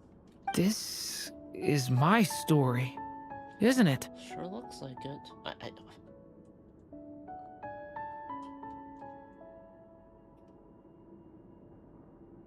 Durin's new to all this. He recently became human. So fair enough, but it's just like... Come on. Okay, so how are we supposed to help the story It's along? obvious it was gonna be It about feels him. like all we can do right now is wait. Apparently, it hadn't dawned on the group to look for a way to help the egg hatch faster. Man, the narrator's being a little sassy. Oh, right!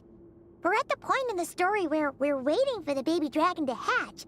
So that has to happen before the story can continue. Incubate it, and how do we do that?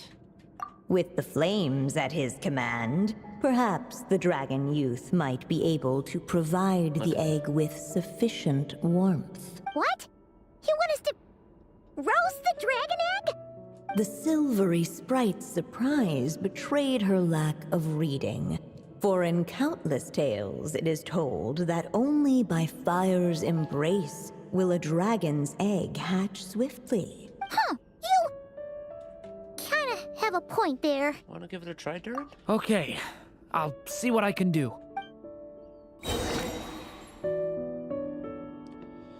Okay.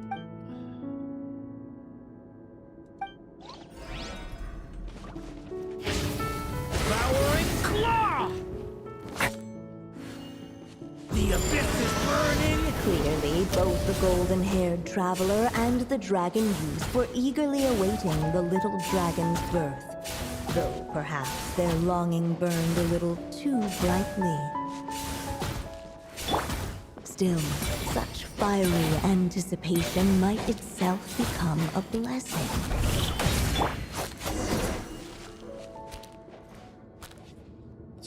At last, under the witch's expectant gaze, the little dragon broke free from its shell.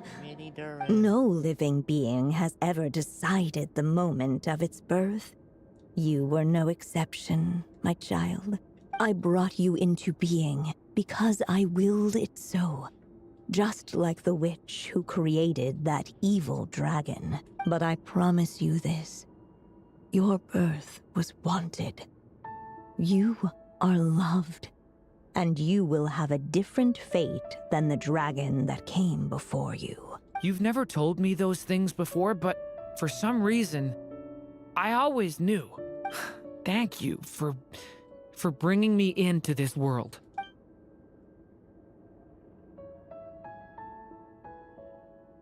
The waiting witch did not feel lonely, for she had 3 visitors by her side. Together, they beheld the hatchling's first breath of life. Wow. Holding her dragon child close, the witch promised him a life unlike that of the evil dragon. And so, nestled in his mother's warm embrace, did the little dragon's story begin.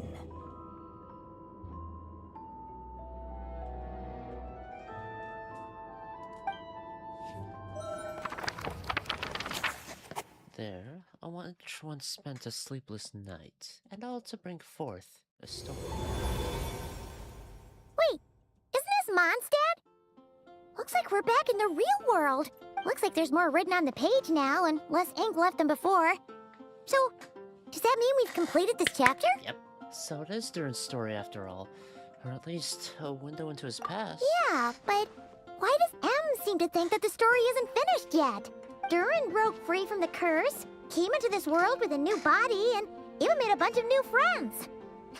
That already sounds like a happy ending to Paimon. Maybe there'll be some clues in the following True. chapters? Everything's always so mysterious with these mages. Guess all we can do is wait for more clues. Huh. Have to wait a calendar day for each one. Which I'm fine with, because, you know, there's a bit more breathing. Is this thing on? All right, that should do it. Hey, that's Alice's voice. Hello there, children. If you're hearing this, you've stumbled upon the little recording I left for you. I thought you could use a few hints about how the book works. It has a date. By now, I'm guessing you've already begun to leave your mark on the story. You should know, however, that the book needs time to absorb the ink, so the next chapter's clues won't show up right away. Wait, so even magic ink needs time to dry? The good news is, you can return to any chapter you've already completed and continue to explore the mystical, magical storybook world you helped create. Have fun, dearies. Toodles! Oh, man. Paimon was so ready to knock this out in one go. Maybe it's for the best. Sooner or later, we'll end up being whisked off to another world again, and if that happens, who knows when we'll be able to come back.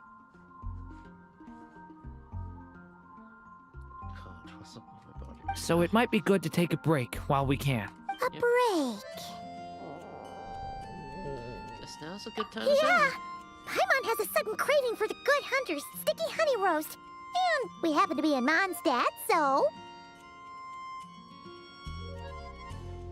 So let's meet up here later. I need to find Miss Lisa to return those books anyway.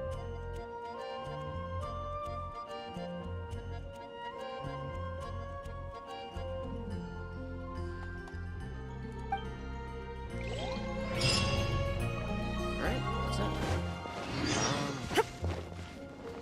Wait for the book in 5 hours.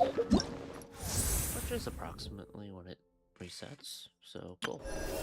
I'm fine with that. Let's do this real quick.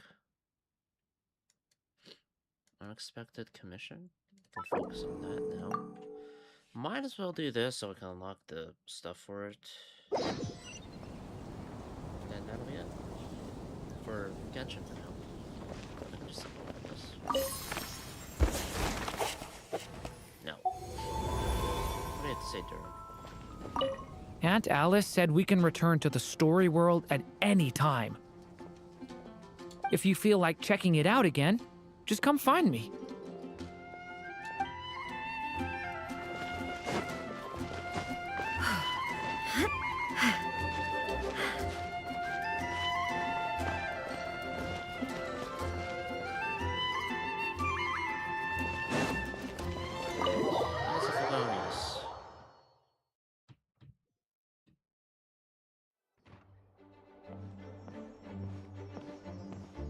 Whoa! This is way too many books! Considering this library organizing job was classified as a premium commission, Paimon came mentally prepared, you know? But seeing it in person is something else.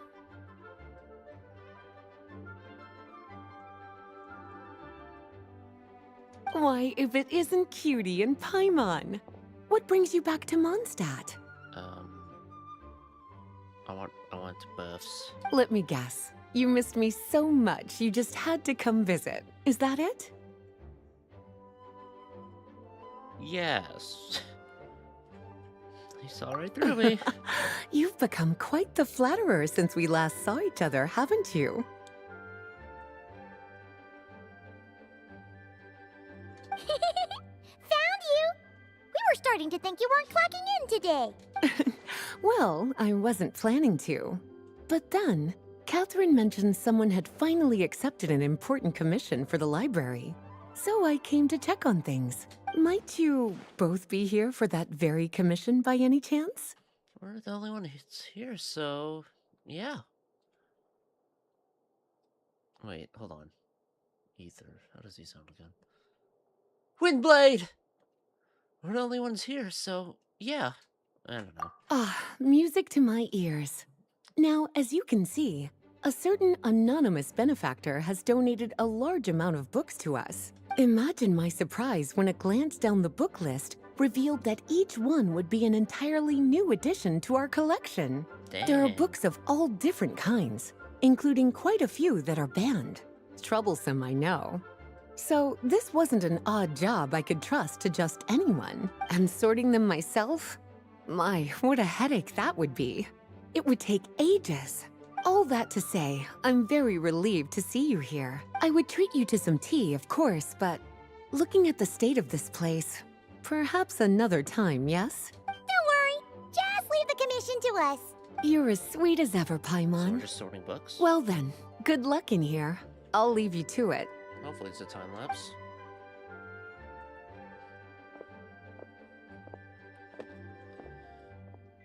Oh.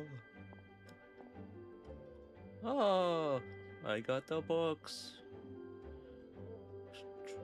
Finally! We made it to the last stack!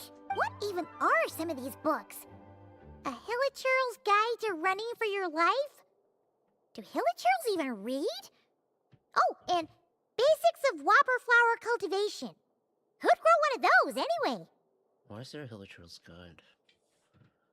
And what's this one? The Little Witch's Dictionary?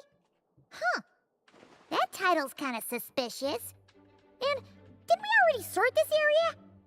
Did you notice it earlier? Yeah. No, I didn't. Yoo-hoo! Looking for me? Hello. Alice? How did you get in here? You must not have noticed, Paimon. I wasn't the one who barged in at all. When you opened that dictionary, you entered a mage's domain. Substantial. What? Ugh. Paimon knew that book had issues. Have you ever read the storybook, The Little Witch and the Undying Fire, by any chance? I think so. Yes. Okay. Splendid! I'm familiar with And it. that makes things easier to explain. Yeah. This book was written as a dictionary for that other story. The actual contents of the two aren't related at all, though. Ugh. That explanation makes things even more confusing. Oh dear. Where should I begin? You know the promise the Hexen Circle made to Varka at the Tripartite Conference, yes? Namely, that in Mondstadt's greatest time of need, the mages would return and lend their aid to the nation? Well, waiting around for danger to descend upon the land isn't exactly our style. Rather than a scenario where we jump in and save the day out of nowhere, it makes more sense to lay the groundwork over time. That's how M put it. Wow. Besides, who knows when such a crisis could occur? It could be in the next life, or even tomorrow. Preparation is crucial. So, I gathered the mages together to write this dictionary. Of course, it had to be under the guise of being related to that storybook. Otherwise, I would never have been able to get them in one place. Sounds like a lot of work. So how do we factor in exactly? Well, we looked into Barbie's scryglass and came up with a series of tasks tailor-made for the people of Mondstadt.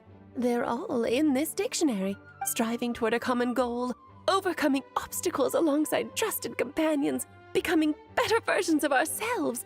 That is the best defense against what dangers could lie ahead. Oh, you make it sound like something bad is actually about to happen. Now, I never said that. But still, We are talking about trusted companions here, Paimon. And when we speak of a person who could be considered a friend to all in Mondstadt, I'm afraid the pool of options consists of but one. I should have seen this coming. Wow. Wait, Wait, how much are we gonna do huge with that? book donation? That was just an excuse to get us here, wasn't it? We had to spend ages sorting through them, you know. Oh dear, I never could have imagined you would need to go to such trouble. Uh-huh. Sure you didn't. Well, this is an important book. I couldn't just bring it into Teyvat without taking any precautions. Much better to hide it in plain sight, you see. That's why I donated all those other books to the library. Besides, it's not like this is a bad thing. Just think of it as an excuse to reunite with old friends. And as a favor to your dear Aunt Alice. So I'm gonna go see everyone that's gotten buffed, right? Okay. If the goal is to help the people of Mondstadt, then we're in. We'll take the dictionary. And the next time we run into our friends, we'll pass your tasks and stuff along, okay? Wonderful. Then I'll let you get to it. Have fun! Goodbye. Okay, Razor, Mona, Official, Fenty. Corresponding characters. Which is homework quest is focused on a specific character to unlock the related quest. Oh, I see.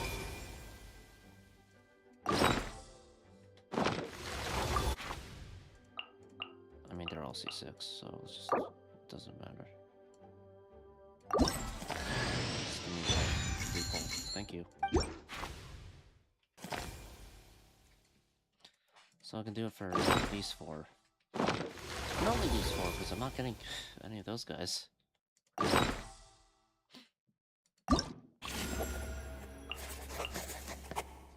It's not level 70. Ah, shit. Ah, whatever. Let's go to... I'm gonna do Sucrose, because I'm pretty sure her VA... if I recall correctly... has decided not to voice Sucrose anymore. Let me just see for sure. I'm Sucrose. Well, yeah. Anonymous. So let's see how she sounds. How, jarring will it be? Wait. Do they have anything to say right now, or not yet? No, it's just that land.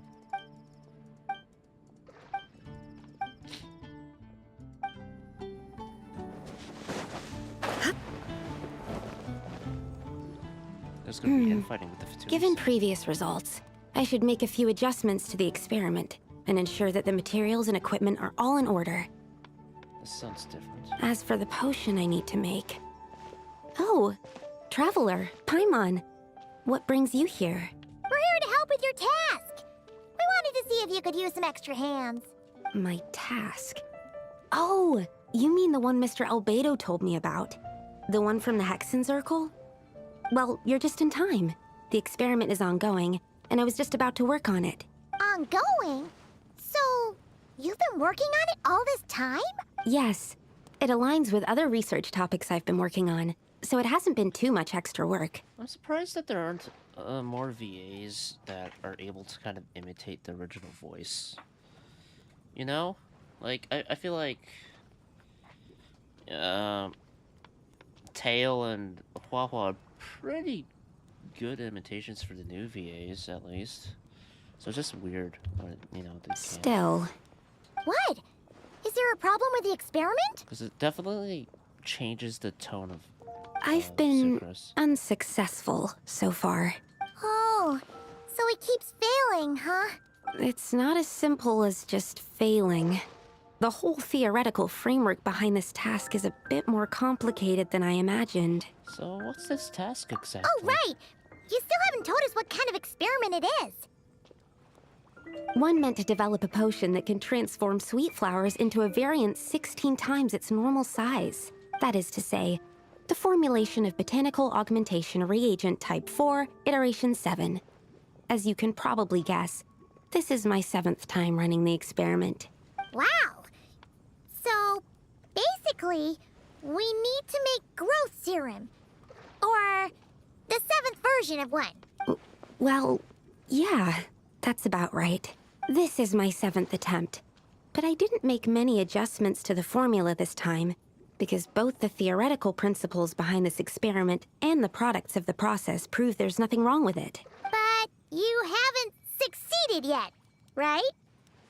Yes, I'm thinking that it's not my current formula that is wrong, per se, but rather, some other key element is missing.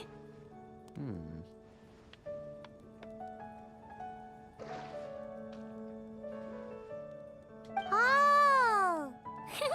Then Paimon knows just what to do. Perhaps we could try adding a little essence of Paimon. Well, that's why we're helping out. Wait a second! Paimon is not an ingredient! I don't know. We could craft one. I think it's like 3 Paimons needed to make essence of Paimon. We could try. Or It's a just Paimon makes 3? I would need to adjust the ratios in the original formula, and that might make the potion even more unstable. No! We are not trying that! Just show us the original! At least, like, Sucrose is a character that isn't too involved. Here it is. That said, I'm still missing 2 ingredients. Now that we can help with. What do we need to get? Please tell me I have it already. I need spring water from Springvale to use as the base, as well as Eye of the Storm fragments. But that last one could be tricky. You are Animo, and it's immune to Animo. We've got this! Let's go! That makes sense. Let's tackle the Eye of the Storm first. Okay, I just... Because, yeah, the tone is very different. I think that's the main thing. It's like, I just need a moment to quickly take down some notes. Yeah. Adsorption test. Animo test 6308. Stand clear. Swirl. Mark 2. Enhanced Animo module 75. Animo hypostasis emulation. And now, I don't know. Like, this version of Sucrose sounds more put together? Which is, I don't know. Sounds out of character.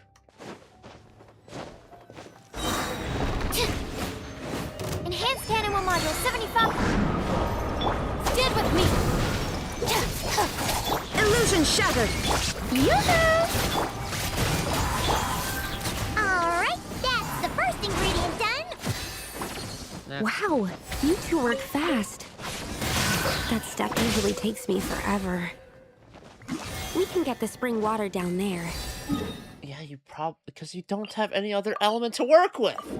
You probably throw your burst out and does no damage because it's like, oh, it's Animo. You better have, like, just some, like, alchemical grenade of a different element and mix it with your burst or something. The high quality of Springvale's waters makes for a stable potion-making ingredient. That's all we needed, right? Yes. Let's head back. It kind of sounds like Ayaka, but I don't think it's Erica Mendez. 'Cause I feel like... Maybe this is just my own interpretation, but I feel like Erica Mendez would have tried to be more... All right. The ingredients are ready, and the cauldron is just over there, so we should be good to go. I can't tell, though. Maybe it's a newer VA. Is something wrong?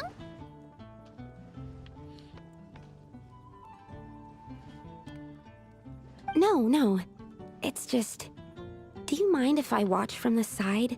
Just for the purposes of accurate recording, I mean. Accurate recording?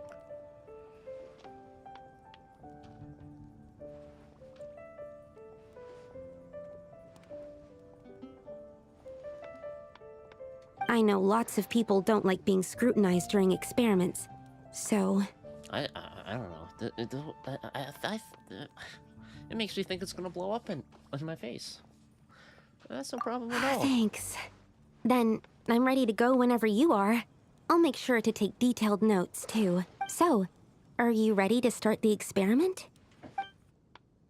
Yep, let's go. Oh, this. Alright. I remember this shit. Tuning reaches 100%. There's the Eye of the Storm. There's the Springvale water. This stuff. I'm just kind of throwing stuff on here. I don't even know where to put it exactly. At least not yet.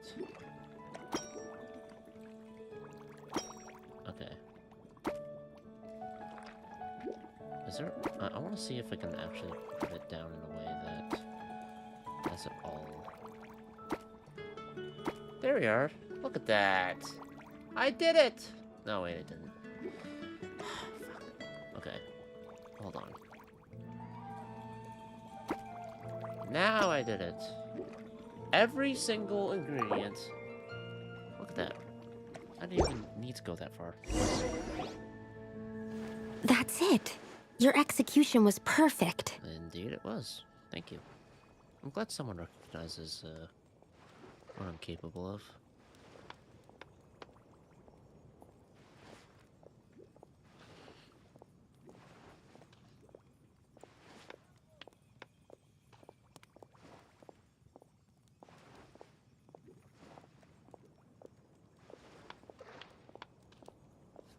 Really?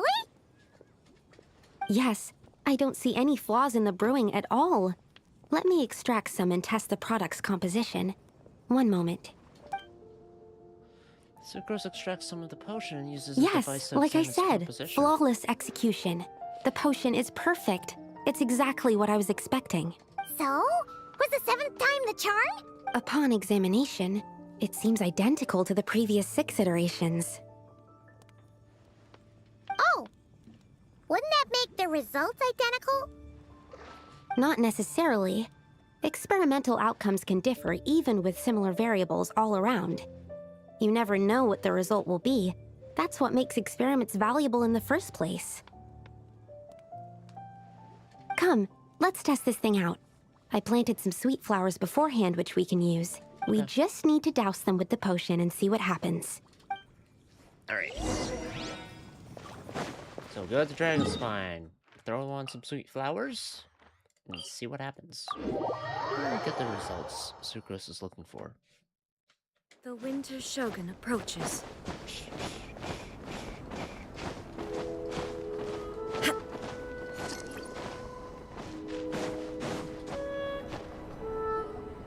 Alright, we poured the growth serum on the flowers.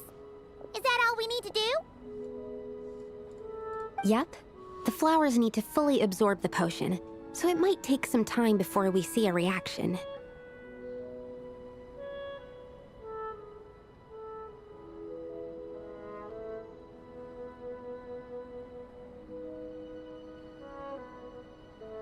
What happens then?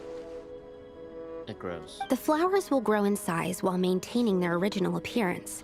But then, when they reach 12 to 14 times their normal size, this will prove more than they can bear. Will it become a monster? As if some upper limit has been reached, they will wither and rot, assuming unnatural forms until nothing is left of them but liquid.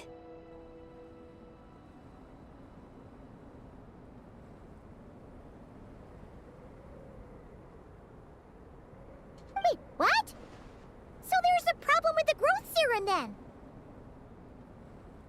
No. I've adjusted the formula time and again, resolving all kinds of issues that arise when inducing small plants to grow larger.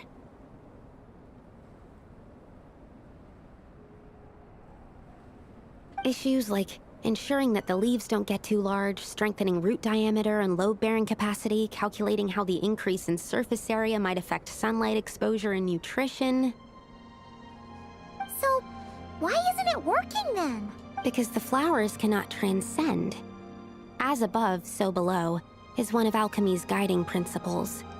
Alchemy seeks mastery over matter, but this world has its limits. It's like a specification etched into the law that governs all things. Part of the purpose of doing multiple experiments is to determine if this specification is stable. So failure is also a viable result, so can't go past its limits. It's not a Saiyan. Exactly. It proves that the limit continues to exist. Okay, this is all a bit over Paimon's head, but basically, you needed the experiment to fail to prove that the limits and borders in this world are stable? Oh, what a weird experiment. Huh? Looks like one of the flowers is reacting. Wait a second. That's not a sweet flower at all! There we are. Careful! It's a whopper flower. It must have absorbed some of the potion. Wait, but that's happened before, and it's never gotten this big either. Can this mean... We can talk about this later! Let's get rid of it first! That's a good potion. Animal hypostasis emulation! Lush as the moon. Our bond is strong! Borders! They're not secure! Well, it's just a whopper flower, so it's never going to be secure. Or, the border was different. We did it! Even at that size, a whopper flower is just a whopper flower. But, was it supposed to get that big? I could only make a rough estimate during the battle, but it looked at least 16 times its original size, maybe even larger. This means that the experiment worked. Wait, but isn't that a good thing? Borders are not stable. I'm still not sure what the implications are.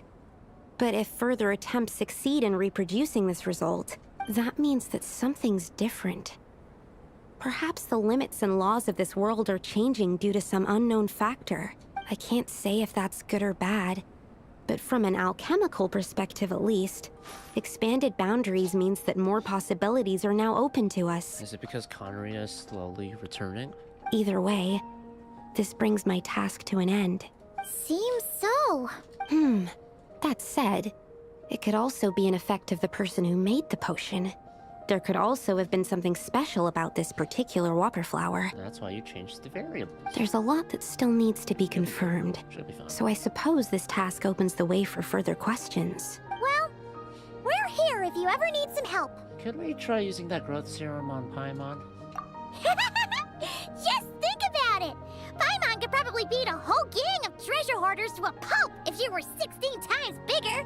That would give you a reason to actually fight. You get hurt along the way. Which I'm not opposed to. I have my doubts. The only reason the serum worked on the whopper flower was because its internal structure was similar enough to a sweet flower.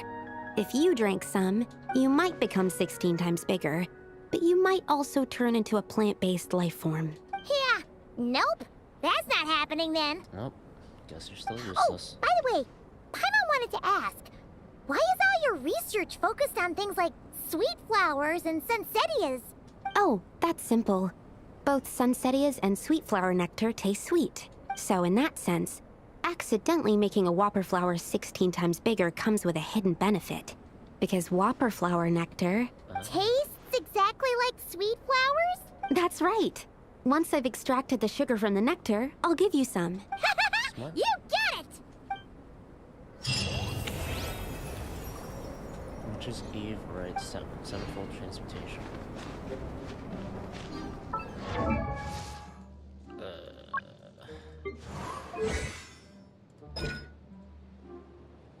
Hexarai character.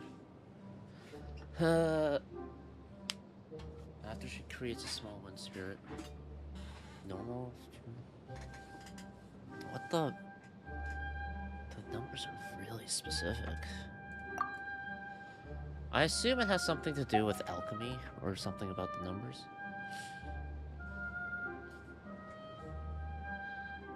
It seems like a pretty minuscule amount. Is there nothing else to it? Oh. While nearby. Okay. So she does increase the elemental damage and everything. Let's do more of that. Where is it?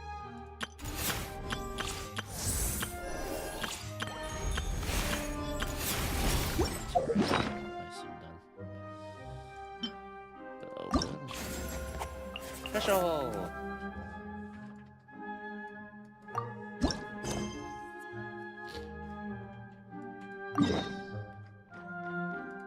I need to build Fischl more. I really do. I've been trying to chip away at it. Also Mona, but hers, I hate farming the OC units.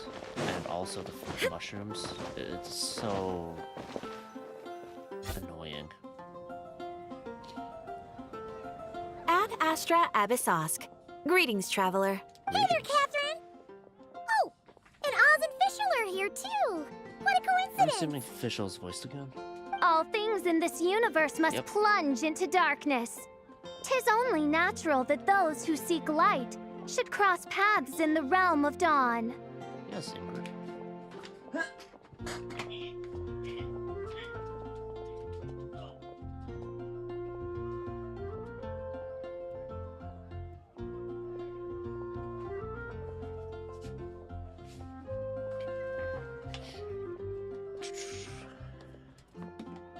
Mein Fräulein means to say she's happy to see you both. And I feel the same. It's been quite a while, Traveler and Paimon. You're here just in time. Yai Publishing House has a commission for you, traveler. An editor is here to discuss the details in person. Much of the information was kept from the Guild for business reasons. All we know is that it has something to do with the author of the Legend of the Shattered Halberd. What? Surely you don't mean... Wait, is this author really that important? What if we weren't here? Or if we decided not to take the commission? The editor would just be wasting their time. In that case, it'd be a free trip to Mondstadt where one needs only pass some information along. That's an opportunity most would fight over. In any case, if the commission is of interest to you, the editor is waiting at the Good Hunter.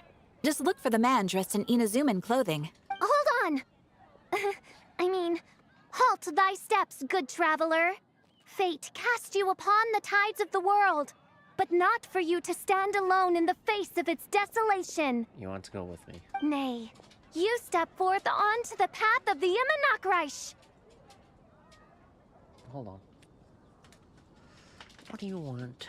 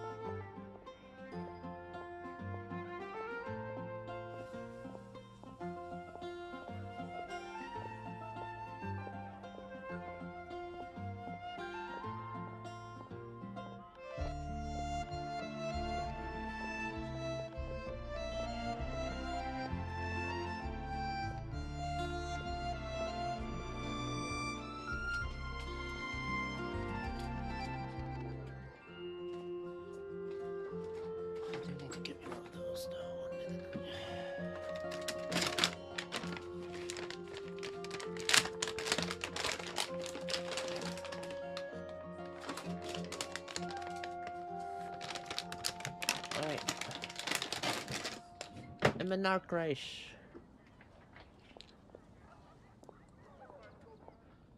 What mein Fräulein means to say is, she would like to go with you. Yep. Wow, you seem really jazzed about this commission, Fischl. Do you have some kind of insider information? She really likes the book, I assume. You're welcome to come along either way. Well, let's head to the Good Hunter to meet with this editor then.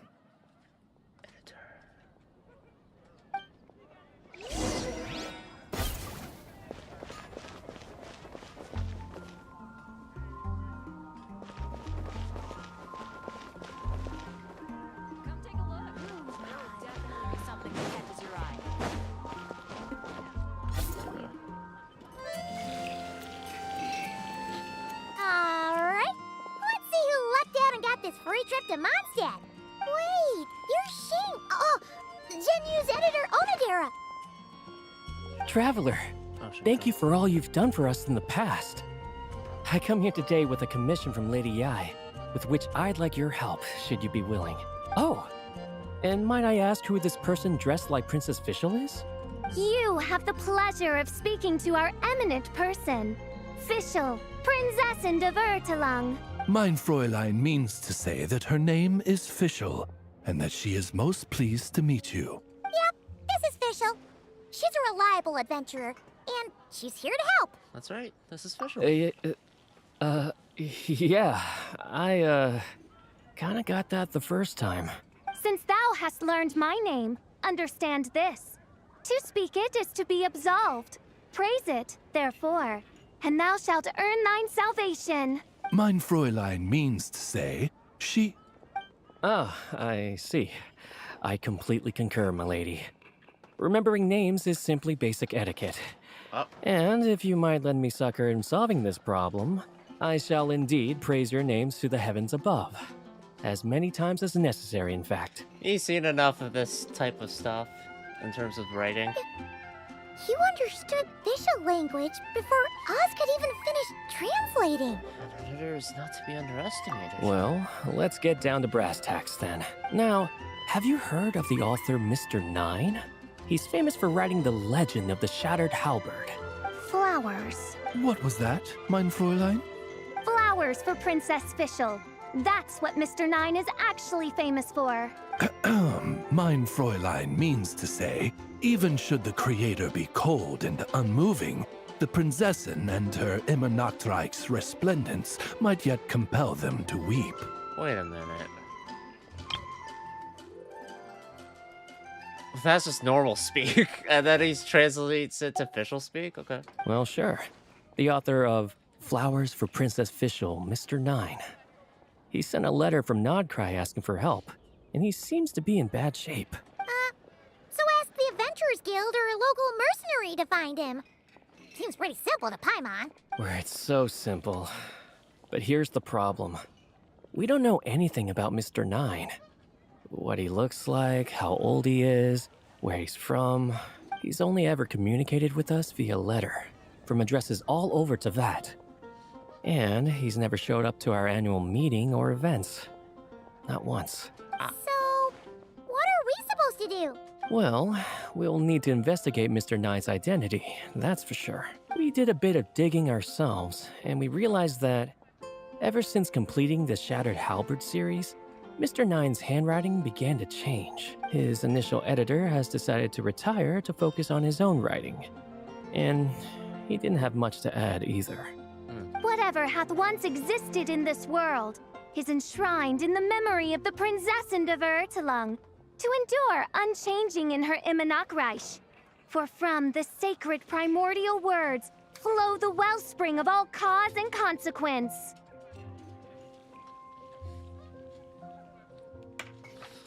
Even if his writing style's changed, the books he wrote back then still matter to her or something?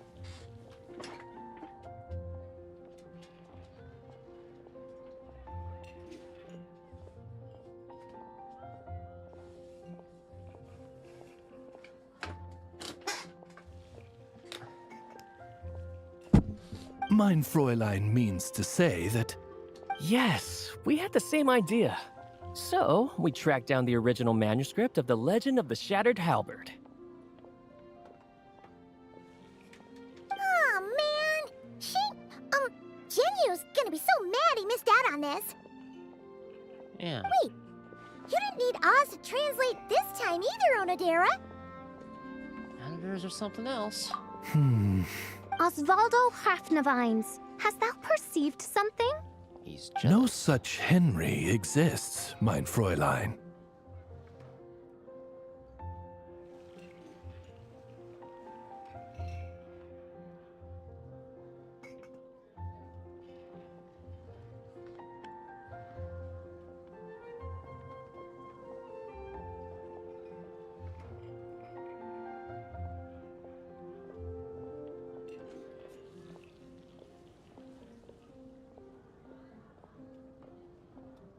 I sense a faint, elusive resonance.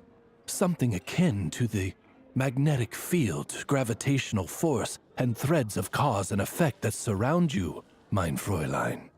This sounds... I can't tell if this is just, like, Chuny, or if this is actually like, oh shit, this is serious. Isn't that interesting? Well, in the end, our only takeaway was that the design and craftsmanship of the paper point to it coming from Chingsa village in Liyue. Huh. Could Mr. Nine be from Liyue then? No, wait. If we're talking authors from Chingsa village specifically... Chang the Ninth? No, it couldn't be. Could it? Chong the Ninth? Ah, I've heard of him. He won a Best New Author award for the first apprentice of Guhua.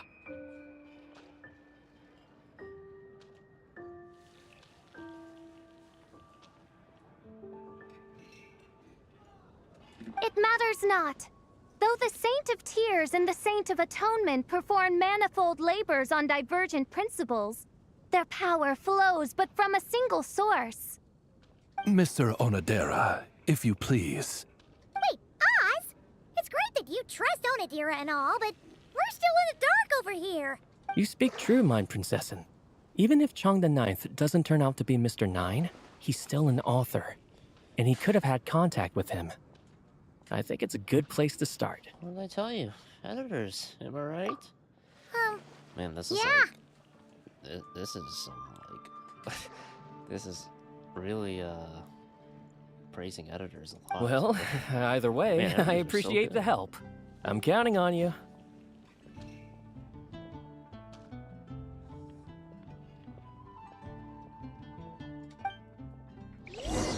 Okay.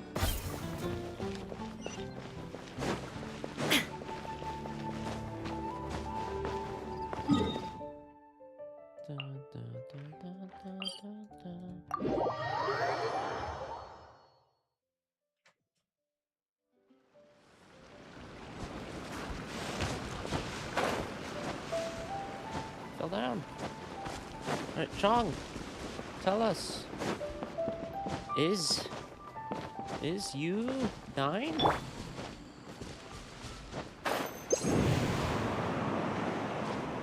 Honestly, okay. When I hear 9, I think of Sonic Prime. I watched that show. It was actually pretty fun overall. I enjoyed it.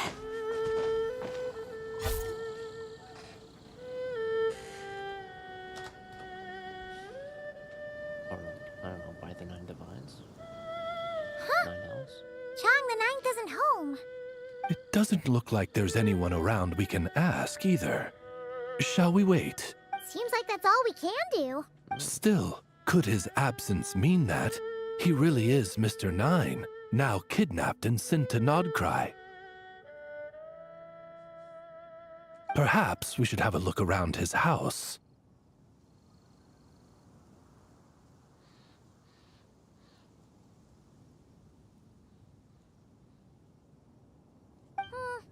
Barging in without permission seems wrong.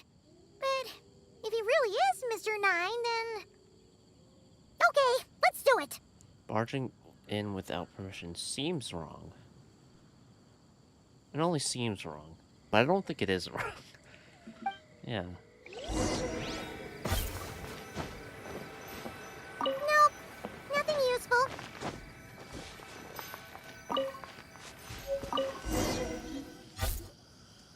unless we didn't go in. Just seems like a bunch of ordinary stuff. Nay, I, the Princessin, have beheld the mystery of the universe enshrined in these specks of dust.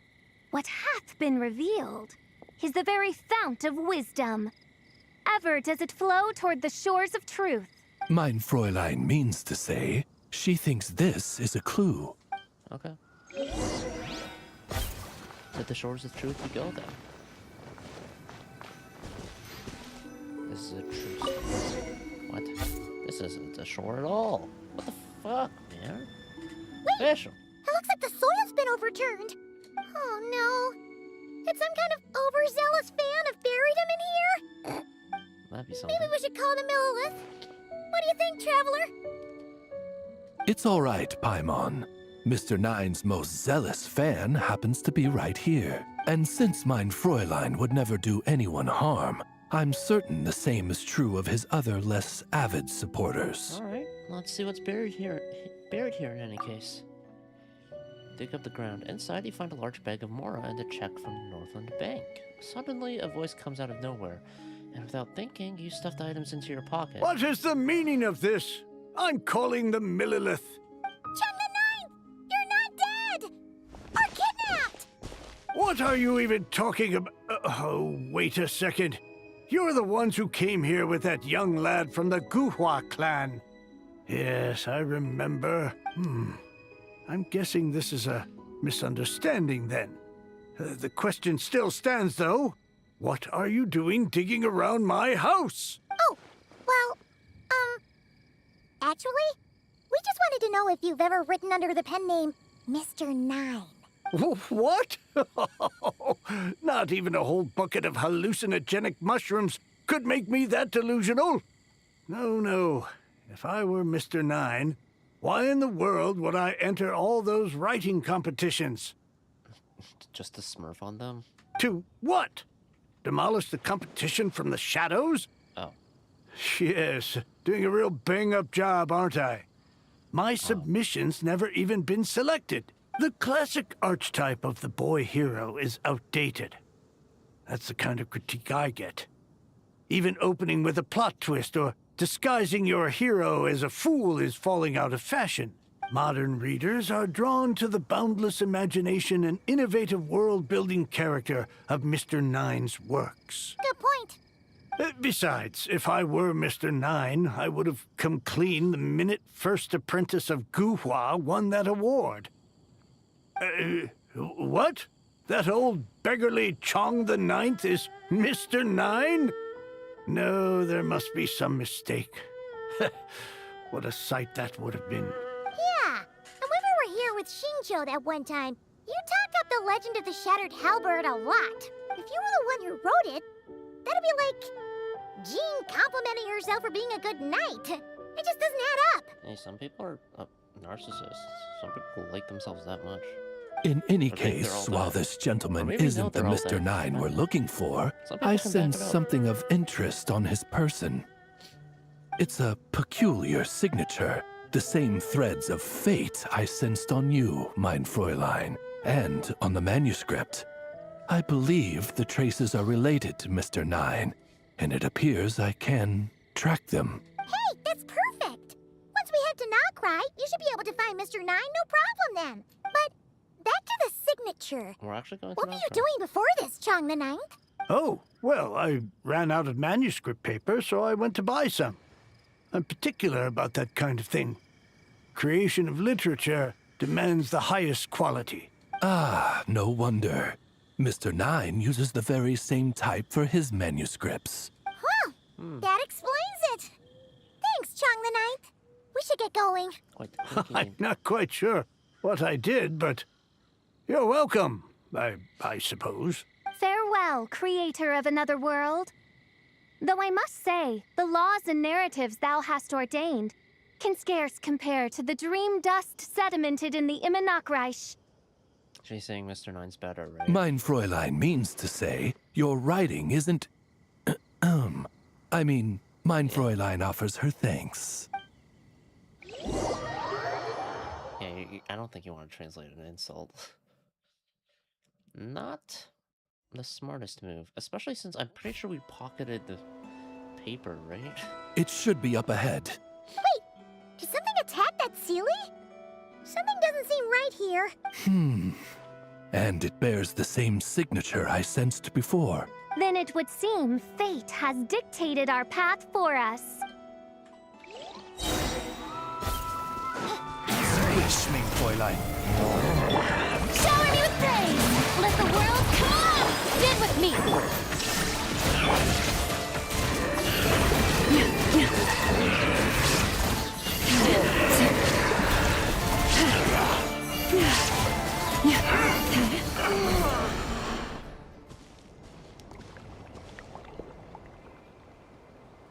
Huh. Looks like the Sealy is showing us the way. Okay. Let's follow.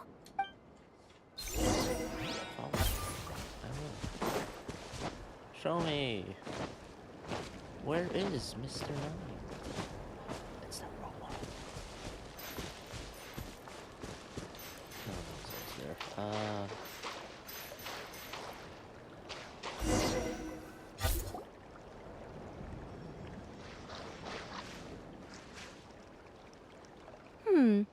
What are you doing here? Oh. It's Nicole. Wait, that voice. It's Nicole! She's the author? Also, that should be our line. We were looking for Mr. 9 and our search led us here, but now it seems we've found you instead. You tell Nicole and the Sealy about Yai Publishing House's commission. Ah, I see. Well, Mr. 9 is right here. Hello. Oh, What bizarre demarung is this? Never in 1,000 sunsets have I heard of such a thing. In truth, I too aspire to be an author. But I'm also partial to direct communication. Talking is rather inconvenient by comparison. And as I'm sure you can understand, writing things down is even more tedious. I thought perhaps if I found someone with whom I could share my ideas, it might give me the same release as writing. But then those stories would never see the light of day, which would be a shame. So, I tracked down an old Sealy friend of mine and told her all the stories I was imagining. Then, I sent her to find people with similar aspirations to write them in my stead. We even came up with several character traits to lend a certain authenticity to Mr. 9. A receding hairline was one of them, I think. Yep, I'm the one she roped into all this. It kind of sounds like Mem there. Come now. It was beneficial for you too. By inhabiting those authors and mobilizing their language faculties, you were able to hone and eventually recover your capacity for speech. And anyway, an angel has always functioned like a sort of a flash of inspiration in someone's head. I'm sure it was like stepping into old shoes. So you, what, possessed people? Isn't that kind of intrusive? Oh, it's fine. She did it while they were sleeping. As long as the person is someone who dreams of creating worlds of their own, this inner writer within them will automatically awaken. Yeah, that sounds very automatic. Wait, but what about the letter and the strange intuitions Oz has been having? Were these the people possessed? Nicole sent me to monitor the situation in Notcry. And it's super dangerous, okay? So I needed some help. It's not like I have the knowledge or power of the heavens anymore. As for your friend over here? Well, you see, when writing a story, it's not uncommon to incorporate certain half-true details. For realism's sake, you understand? Yeah, we've seen that before. A real curse was written into an Inazuman light novel once. Indeed. In a similar vein, Mr. 9's stories are full of metaphors, including one for the creation of life. What it describes isn't made up, per se. We just never imagined someone would actually manage to use it. Until you came along, young lady.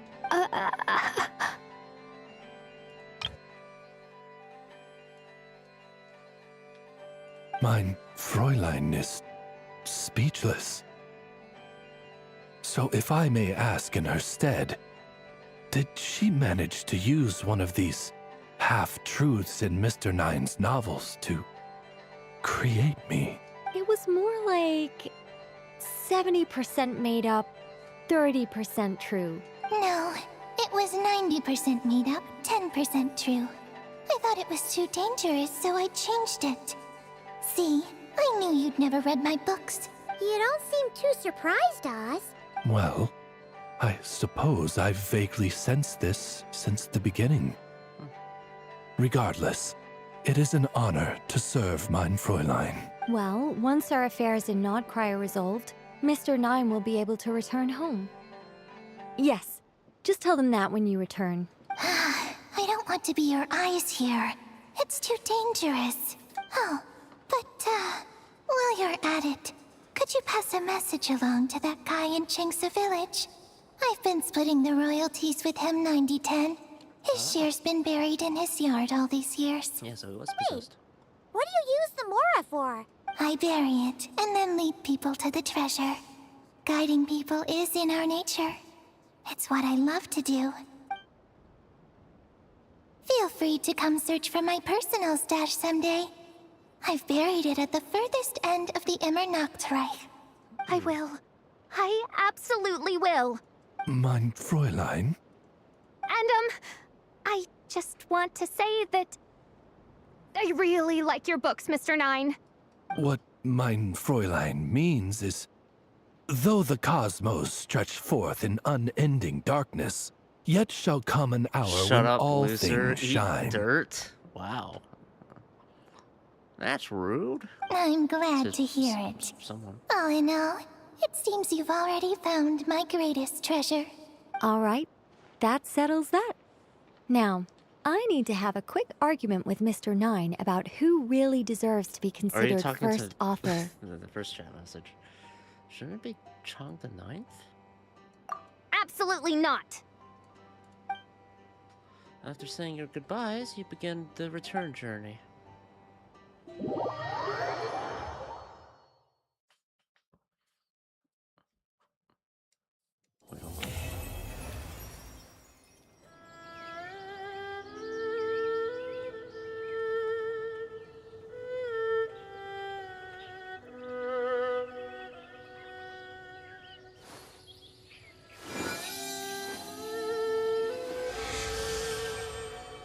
They really don't like the idea of giving credit to Mr. Chong.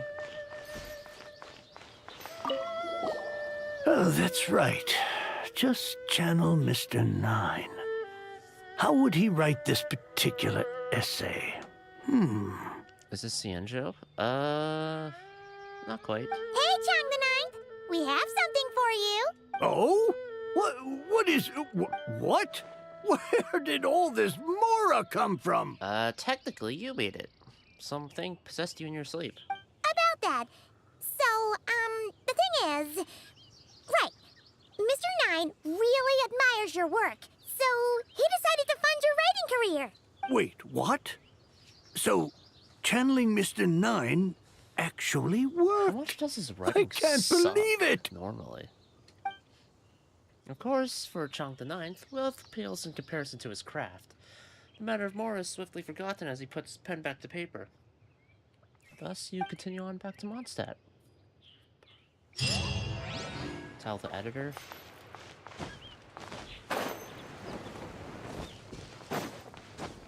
Alright, now what? Where's your shot? What do I need to ascend her? Boss mats and smell progress? Okay, that's not it. Alright, so she'll become a character, Hexarai.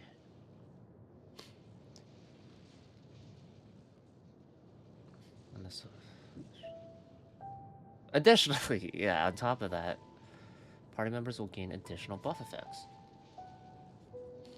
After a nearby party member triggers an overloaded reaction, official and other nearby active party members have their attack increased by 22.5% for 10 seconds. After a nearby party member triggers an electro-charged or lunar-charged reaction, official and other nearby active party members have their EM increased by 90 for 10 seconds. That sounds solid. Overloaded, so you can run her, Chevros. Fun fact, Alan Smithy is a reference to Alan Wake, the fictional writer. Both write and have the name Alan. Wow. It's weird how the Alan Smithy stuff doesn't mention how he's, like, experiencing the stuff he wrote. C6. Increased attack are doubled. Okay. This one's solid. So her Chevrolet. I guess I'd use sucrose. Wait a minute. Oh shit. I think more Chevrolet.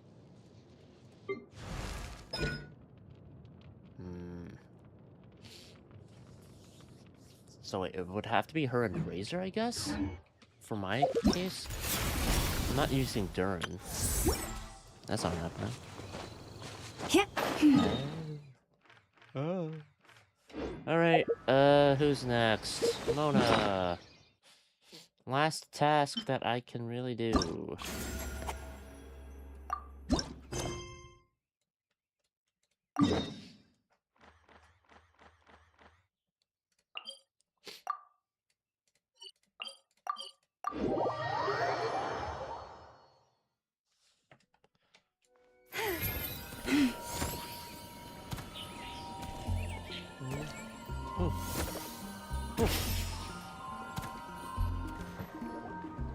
Mona!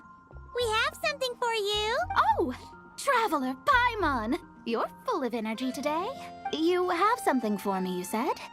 Is it some quick and easy way to make Mora by any chance? If you were there for the official thing, it would have been.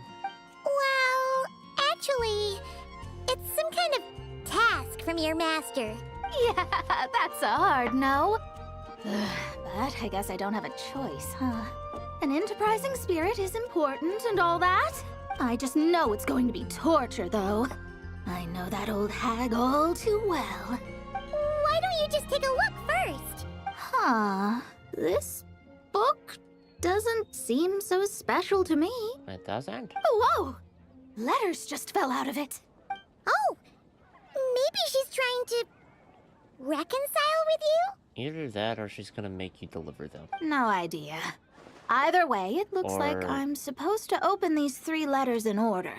Well, let's start with the Or first the one. letters give you the task, or... I'm just saying all the options, so it doesn't really count as a If prediction. this is her task, it should be okay for us all to read.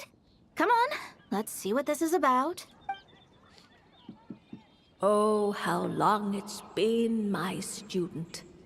Oh, the sympathy card. She could have tried to make it sound a bit more genuine at least. My bad. Hold on. Oh, how long it's been, my student. I'm afraid to report that getting up and about is becoming harder and harder these days. She's good at seeing the future, though, so I feel like she'd know what... Well, let's see. Remember when I would chase you and you would run for dear life, trying to use that hydro phantom of yours to distract me? Oh, seems like it was just yesterday. Oh, she's immune to the skill. Now you're off on your own, and I laze the days away in my rocking chair. I really should get some exercise again. Well, then get it some other way, you old hag. On second thought, this seems kind of private. Now, I'm sure you're curious as to the purpose of this letter. And to that, I say this. If you want to learn how to predict the fate of an entire kingdom, or even the entire world, head to Sumeru and search for the gate to an underground kingdom. Once there, open the second letter. We're going to quite a few other regions with this stuff.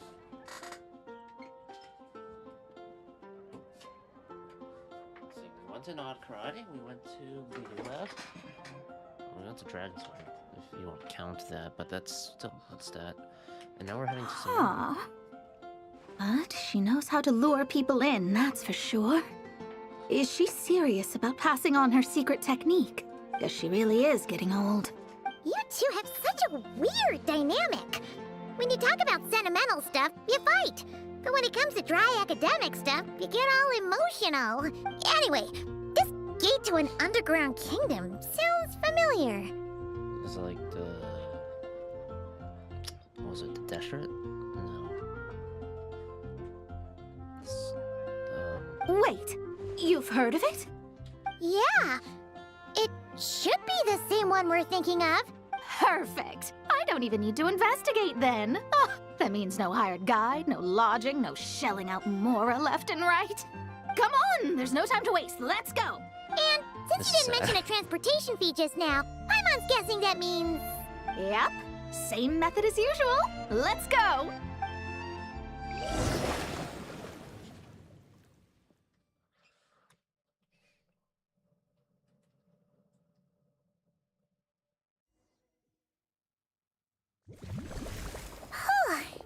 This brings back memories of summertime. It's actually kind of refreshing. So, this is the gate to the ancient kingdom of Conria. I'm sure a lot of secrets and tragedies lie behind it. Was this a world quest? Well, let's open the second letter. Let me see here. Yep, it's this one.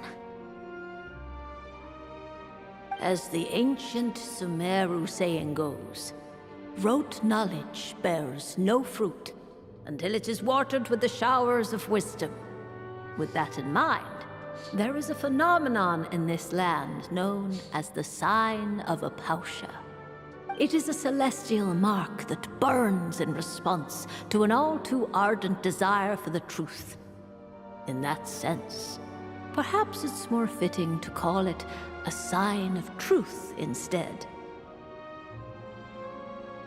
The records of this ancient kingdom state there are several large subterranean lakes in Conria, clear and calm as mirrors, whose surfaces reflect the true stars. This is because the sign of truth created in the water is able to bypass the false sky and connect to the outer universe. I had no idea. To observe the gravitational forces and influence of celestial bodies, one must be able to see past the false sky. Only by obtaining these cosmic parameters can one predict the fate of this world.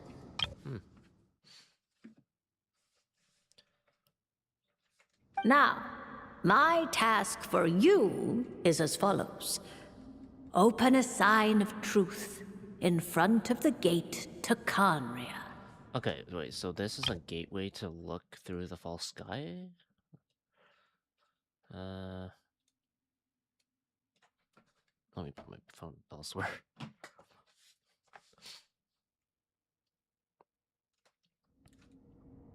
The rest is a bunch of stuff about the ceremony the old hag came up with to summon this thing. Yeah, all these planetary trajectories and runes. Paimon's not even gonna try to make sense of it. So, what do you say, Mona? Are you gonna attempt it? Well, I hate to admit it, but it looks like the parameters she came up with could work. Frankly, this prospect is quite exciting, and heading back now will just cost me another night of lodging, so no better time than the present. Emissaries of the enduring stars, wanderers over ecliptic and equatorial planes, radiant celestial brethren. Traverse the twisted paths of the cavernous void. I, Mona Magistus the Astrologist, invoke the power of Hydro to balance the scales. By wisdom and truth, let the thirst be relieved. I, Mona Magistus the Astrologist, summon you, O stars, to stand before me! That's her burst. Did it work? Night Souls. How did that happen? No dice. The sign of truth only opened long enough for the monsters to slip through. Darn it. I didn't get a glimpse of the real stars at all. Whatever. There were I'll three just letters, take right? it out on you. The ceremony failed, but the old hag's new theory seems workable. I have a better grasp of hydromancy now. And the perfect test subject to test it on.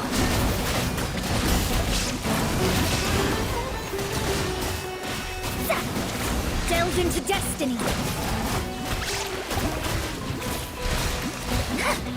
I do have her support, so get her getting buffs could be That's nice. it! Well, the old hag said to open the third letter once it was all said and done, but I couldn't make it work. So, should I still open it? You know, Paimon thinks she understands your dynamic a lot better now. Look, she didn't say you had to successfully complete the ceremony, so you can open it. It'll be fine. If you're wrong, Paimon, oh boy. I guess. All the same, I doubt she has anything nice to say. If you're reading this, it means you attempted to open the sign of truth. Seriously, I can't believe you actually tried it. Oh man. What are you laughing at, you old hag? Conria was home to several lakes of stars, rendering the fabric of space in that area comparatively unstable. As a result, attempts to break through the firmament through non-physical means were more likely to succeed. In any case, I knew this place was well hidden and wouldn't be frequented by too many people. As such, any negative effects of failing to open the sign of truth would remain small scale. And of course, as my student, I felt sure you would have the chops to deal with the abyssal creatures that roam beyond the false sky. Even if you couldn't beat them, I am certain you could outrun them. You always were fast on your feet. Ah, connecting hydromancy to the kind of wisdom that quenches thirst. Truly, my genius knows no bounds. Yes. The practical application of the scry glass has also reduced disturbances caused by the false sky. I'd like to see Alice try and top that. Mona cuts it off there. Apparently, the old hag proceeds to brag for a few thousand words. After sorting through the observation results, you all return to Mondstadt. Yay! I assume that's still true, that if she could, then, you know, she will have the power to observe the fate of the world, which I don't know if Mona could handle it, personally. It took her a lot to just be able to handle seeing a single person's fate.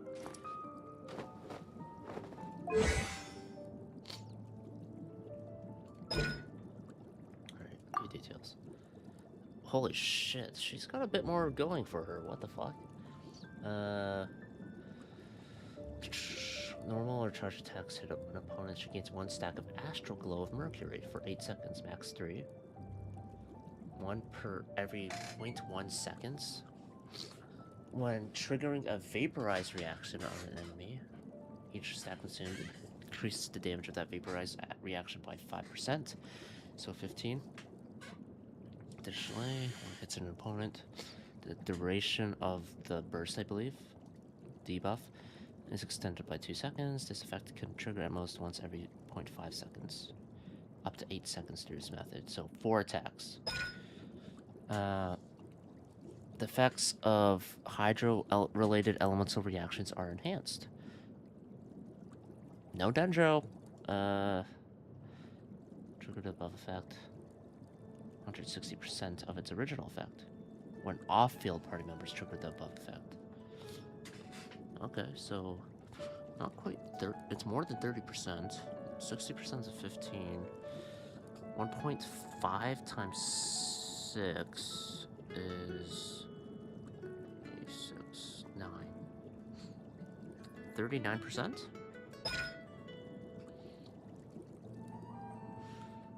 A charged attack. Additionally, next normal attack hits an enemy will automatically trigger a charged attack. Once every 5 seconds. EM increases by 80 for 12 seconds when she hits a charged attack. Okay. When a party member attacks an opponent affected by an omen, their crit rate is increased by 15%. Crit damage is increased by 15%. So, crit rate and crit damage, I assume, if it's a Hexarai member? Or Hexarai, whatever. Or their opponents affected by an omen nearby. Do the damage of our next charge attack per second. So, wait 3 seconds, do the attack.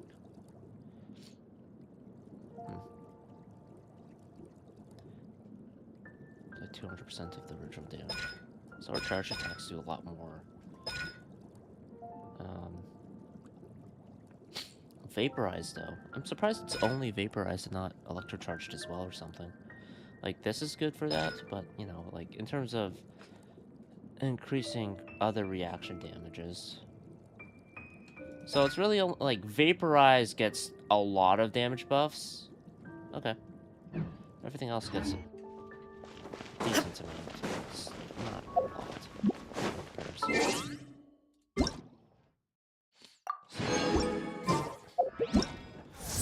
Okay, so if I were to do it with Mona, it would probably be her, Sucrose, Pyro characters, right?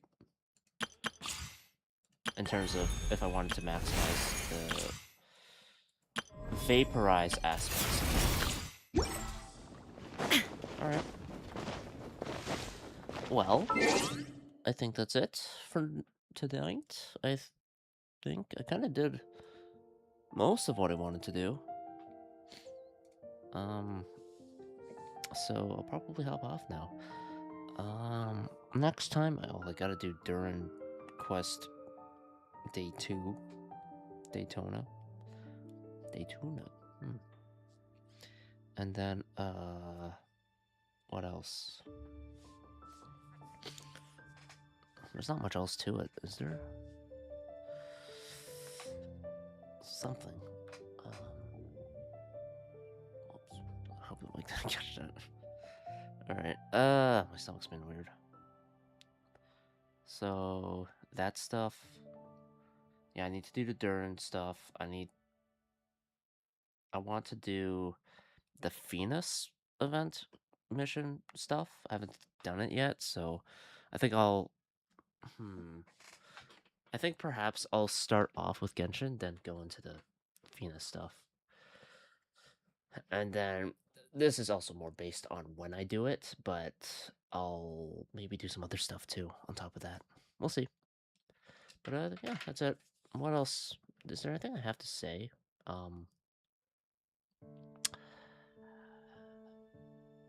I guess I would have to say that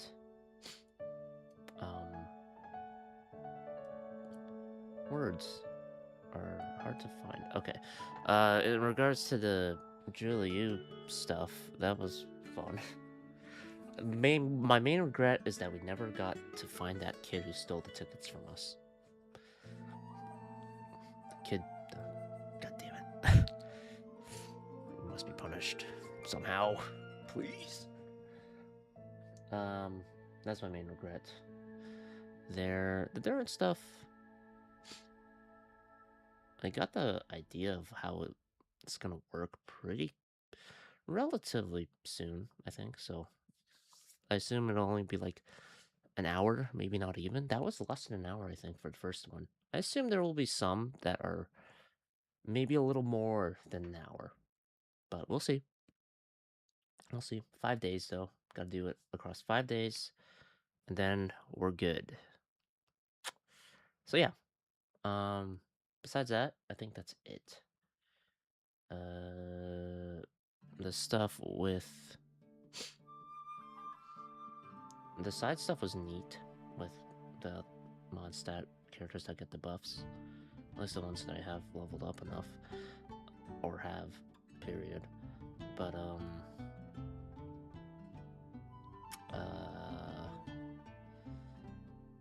not much else to say there, I guess.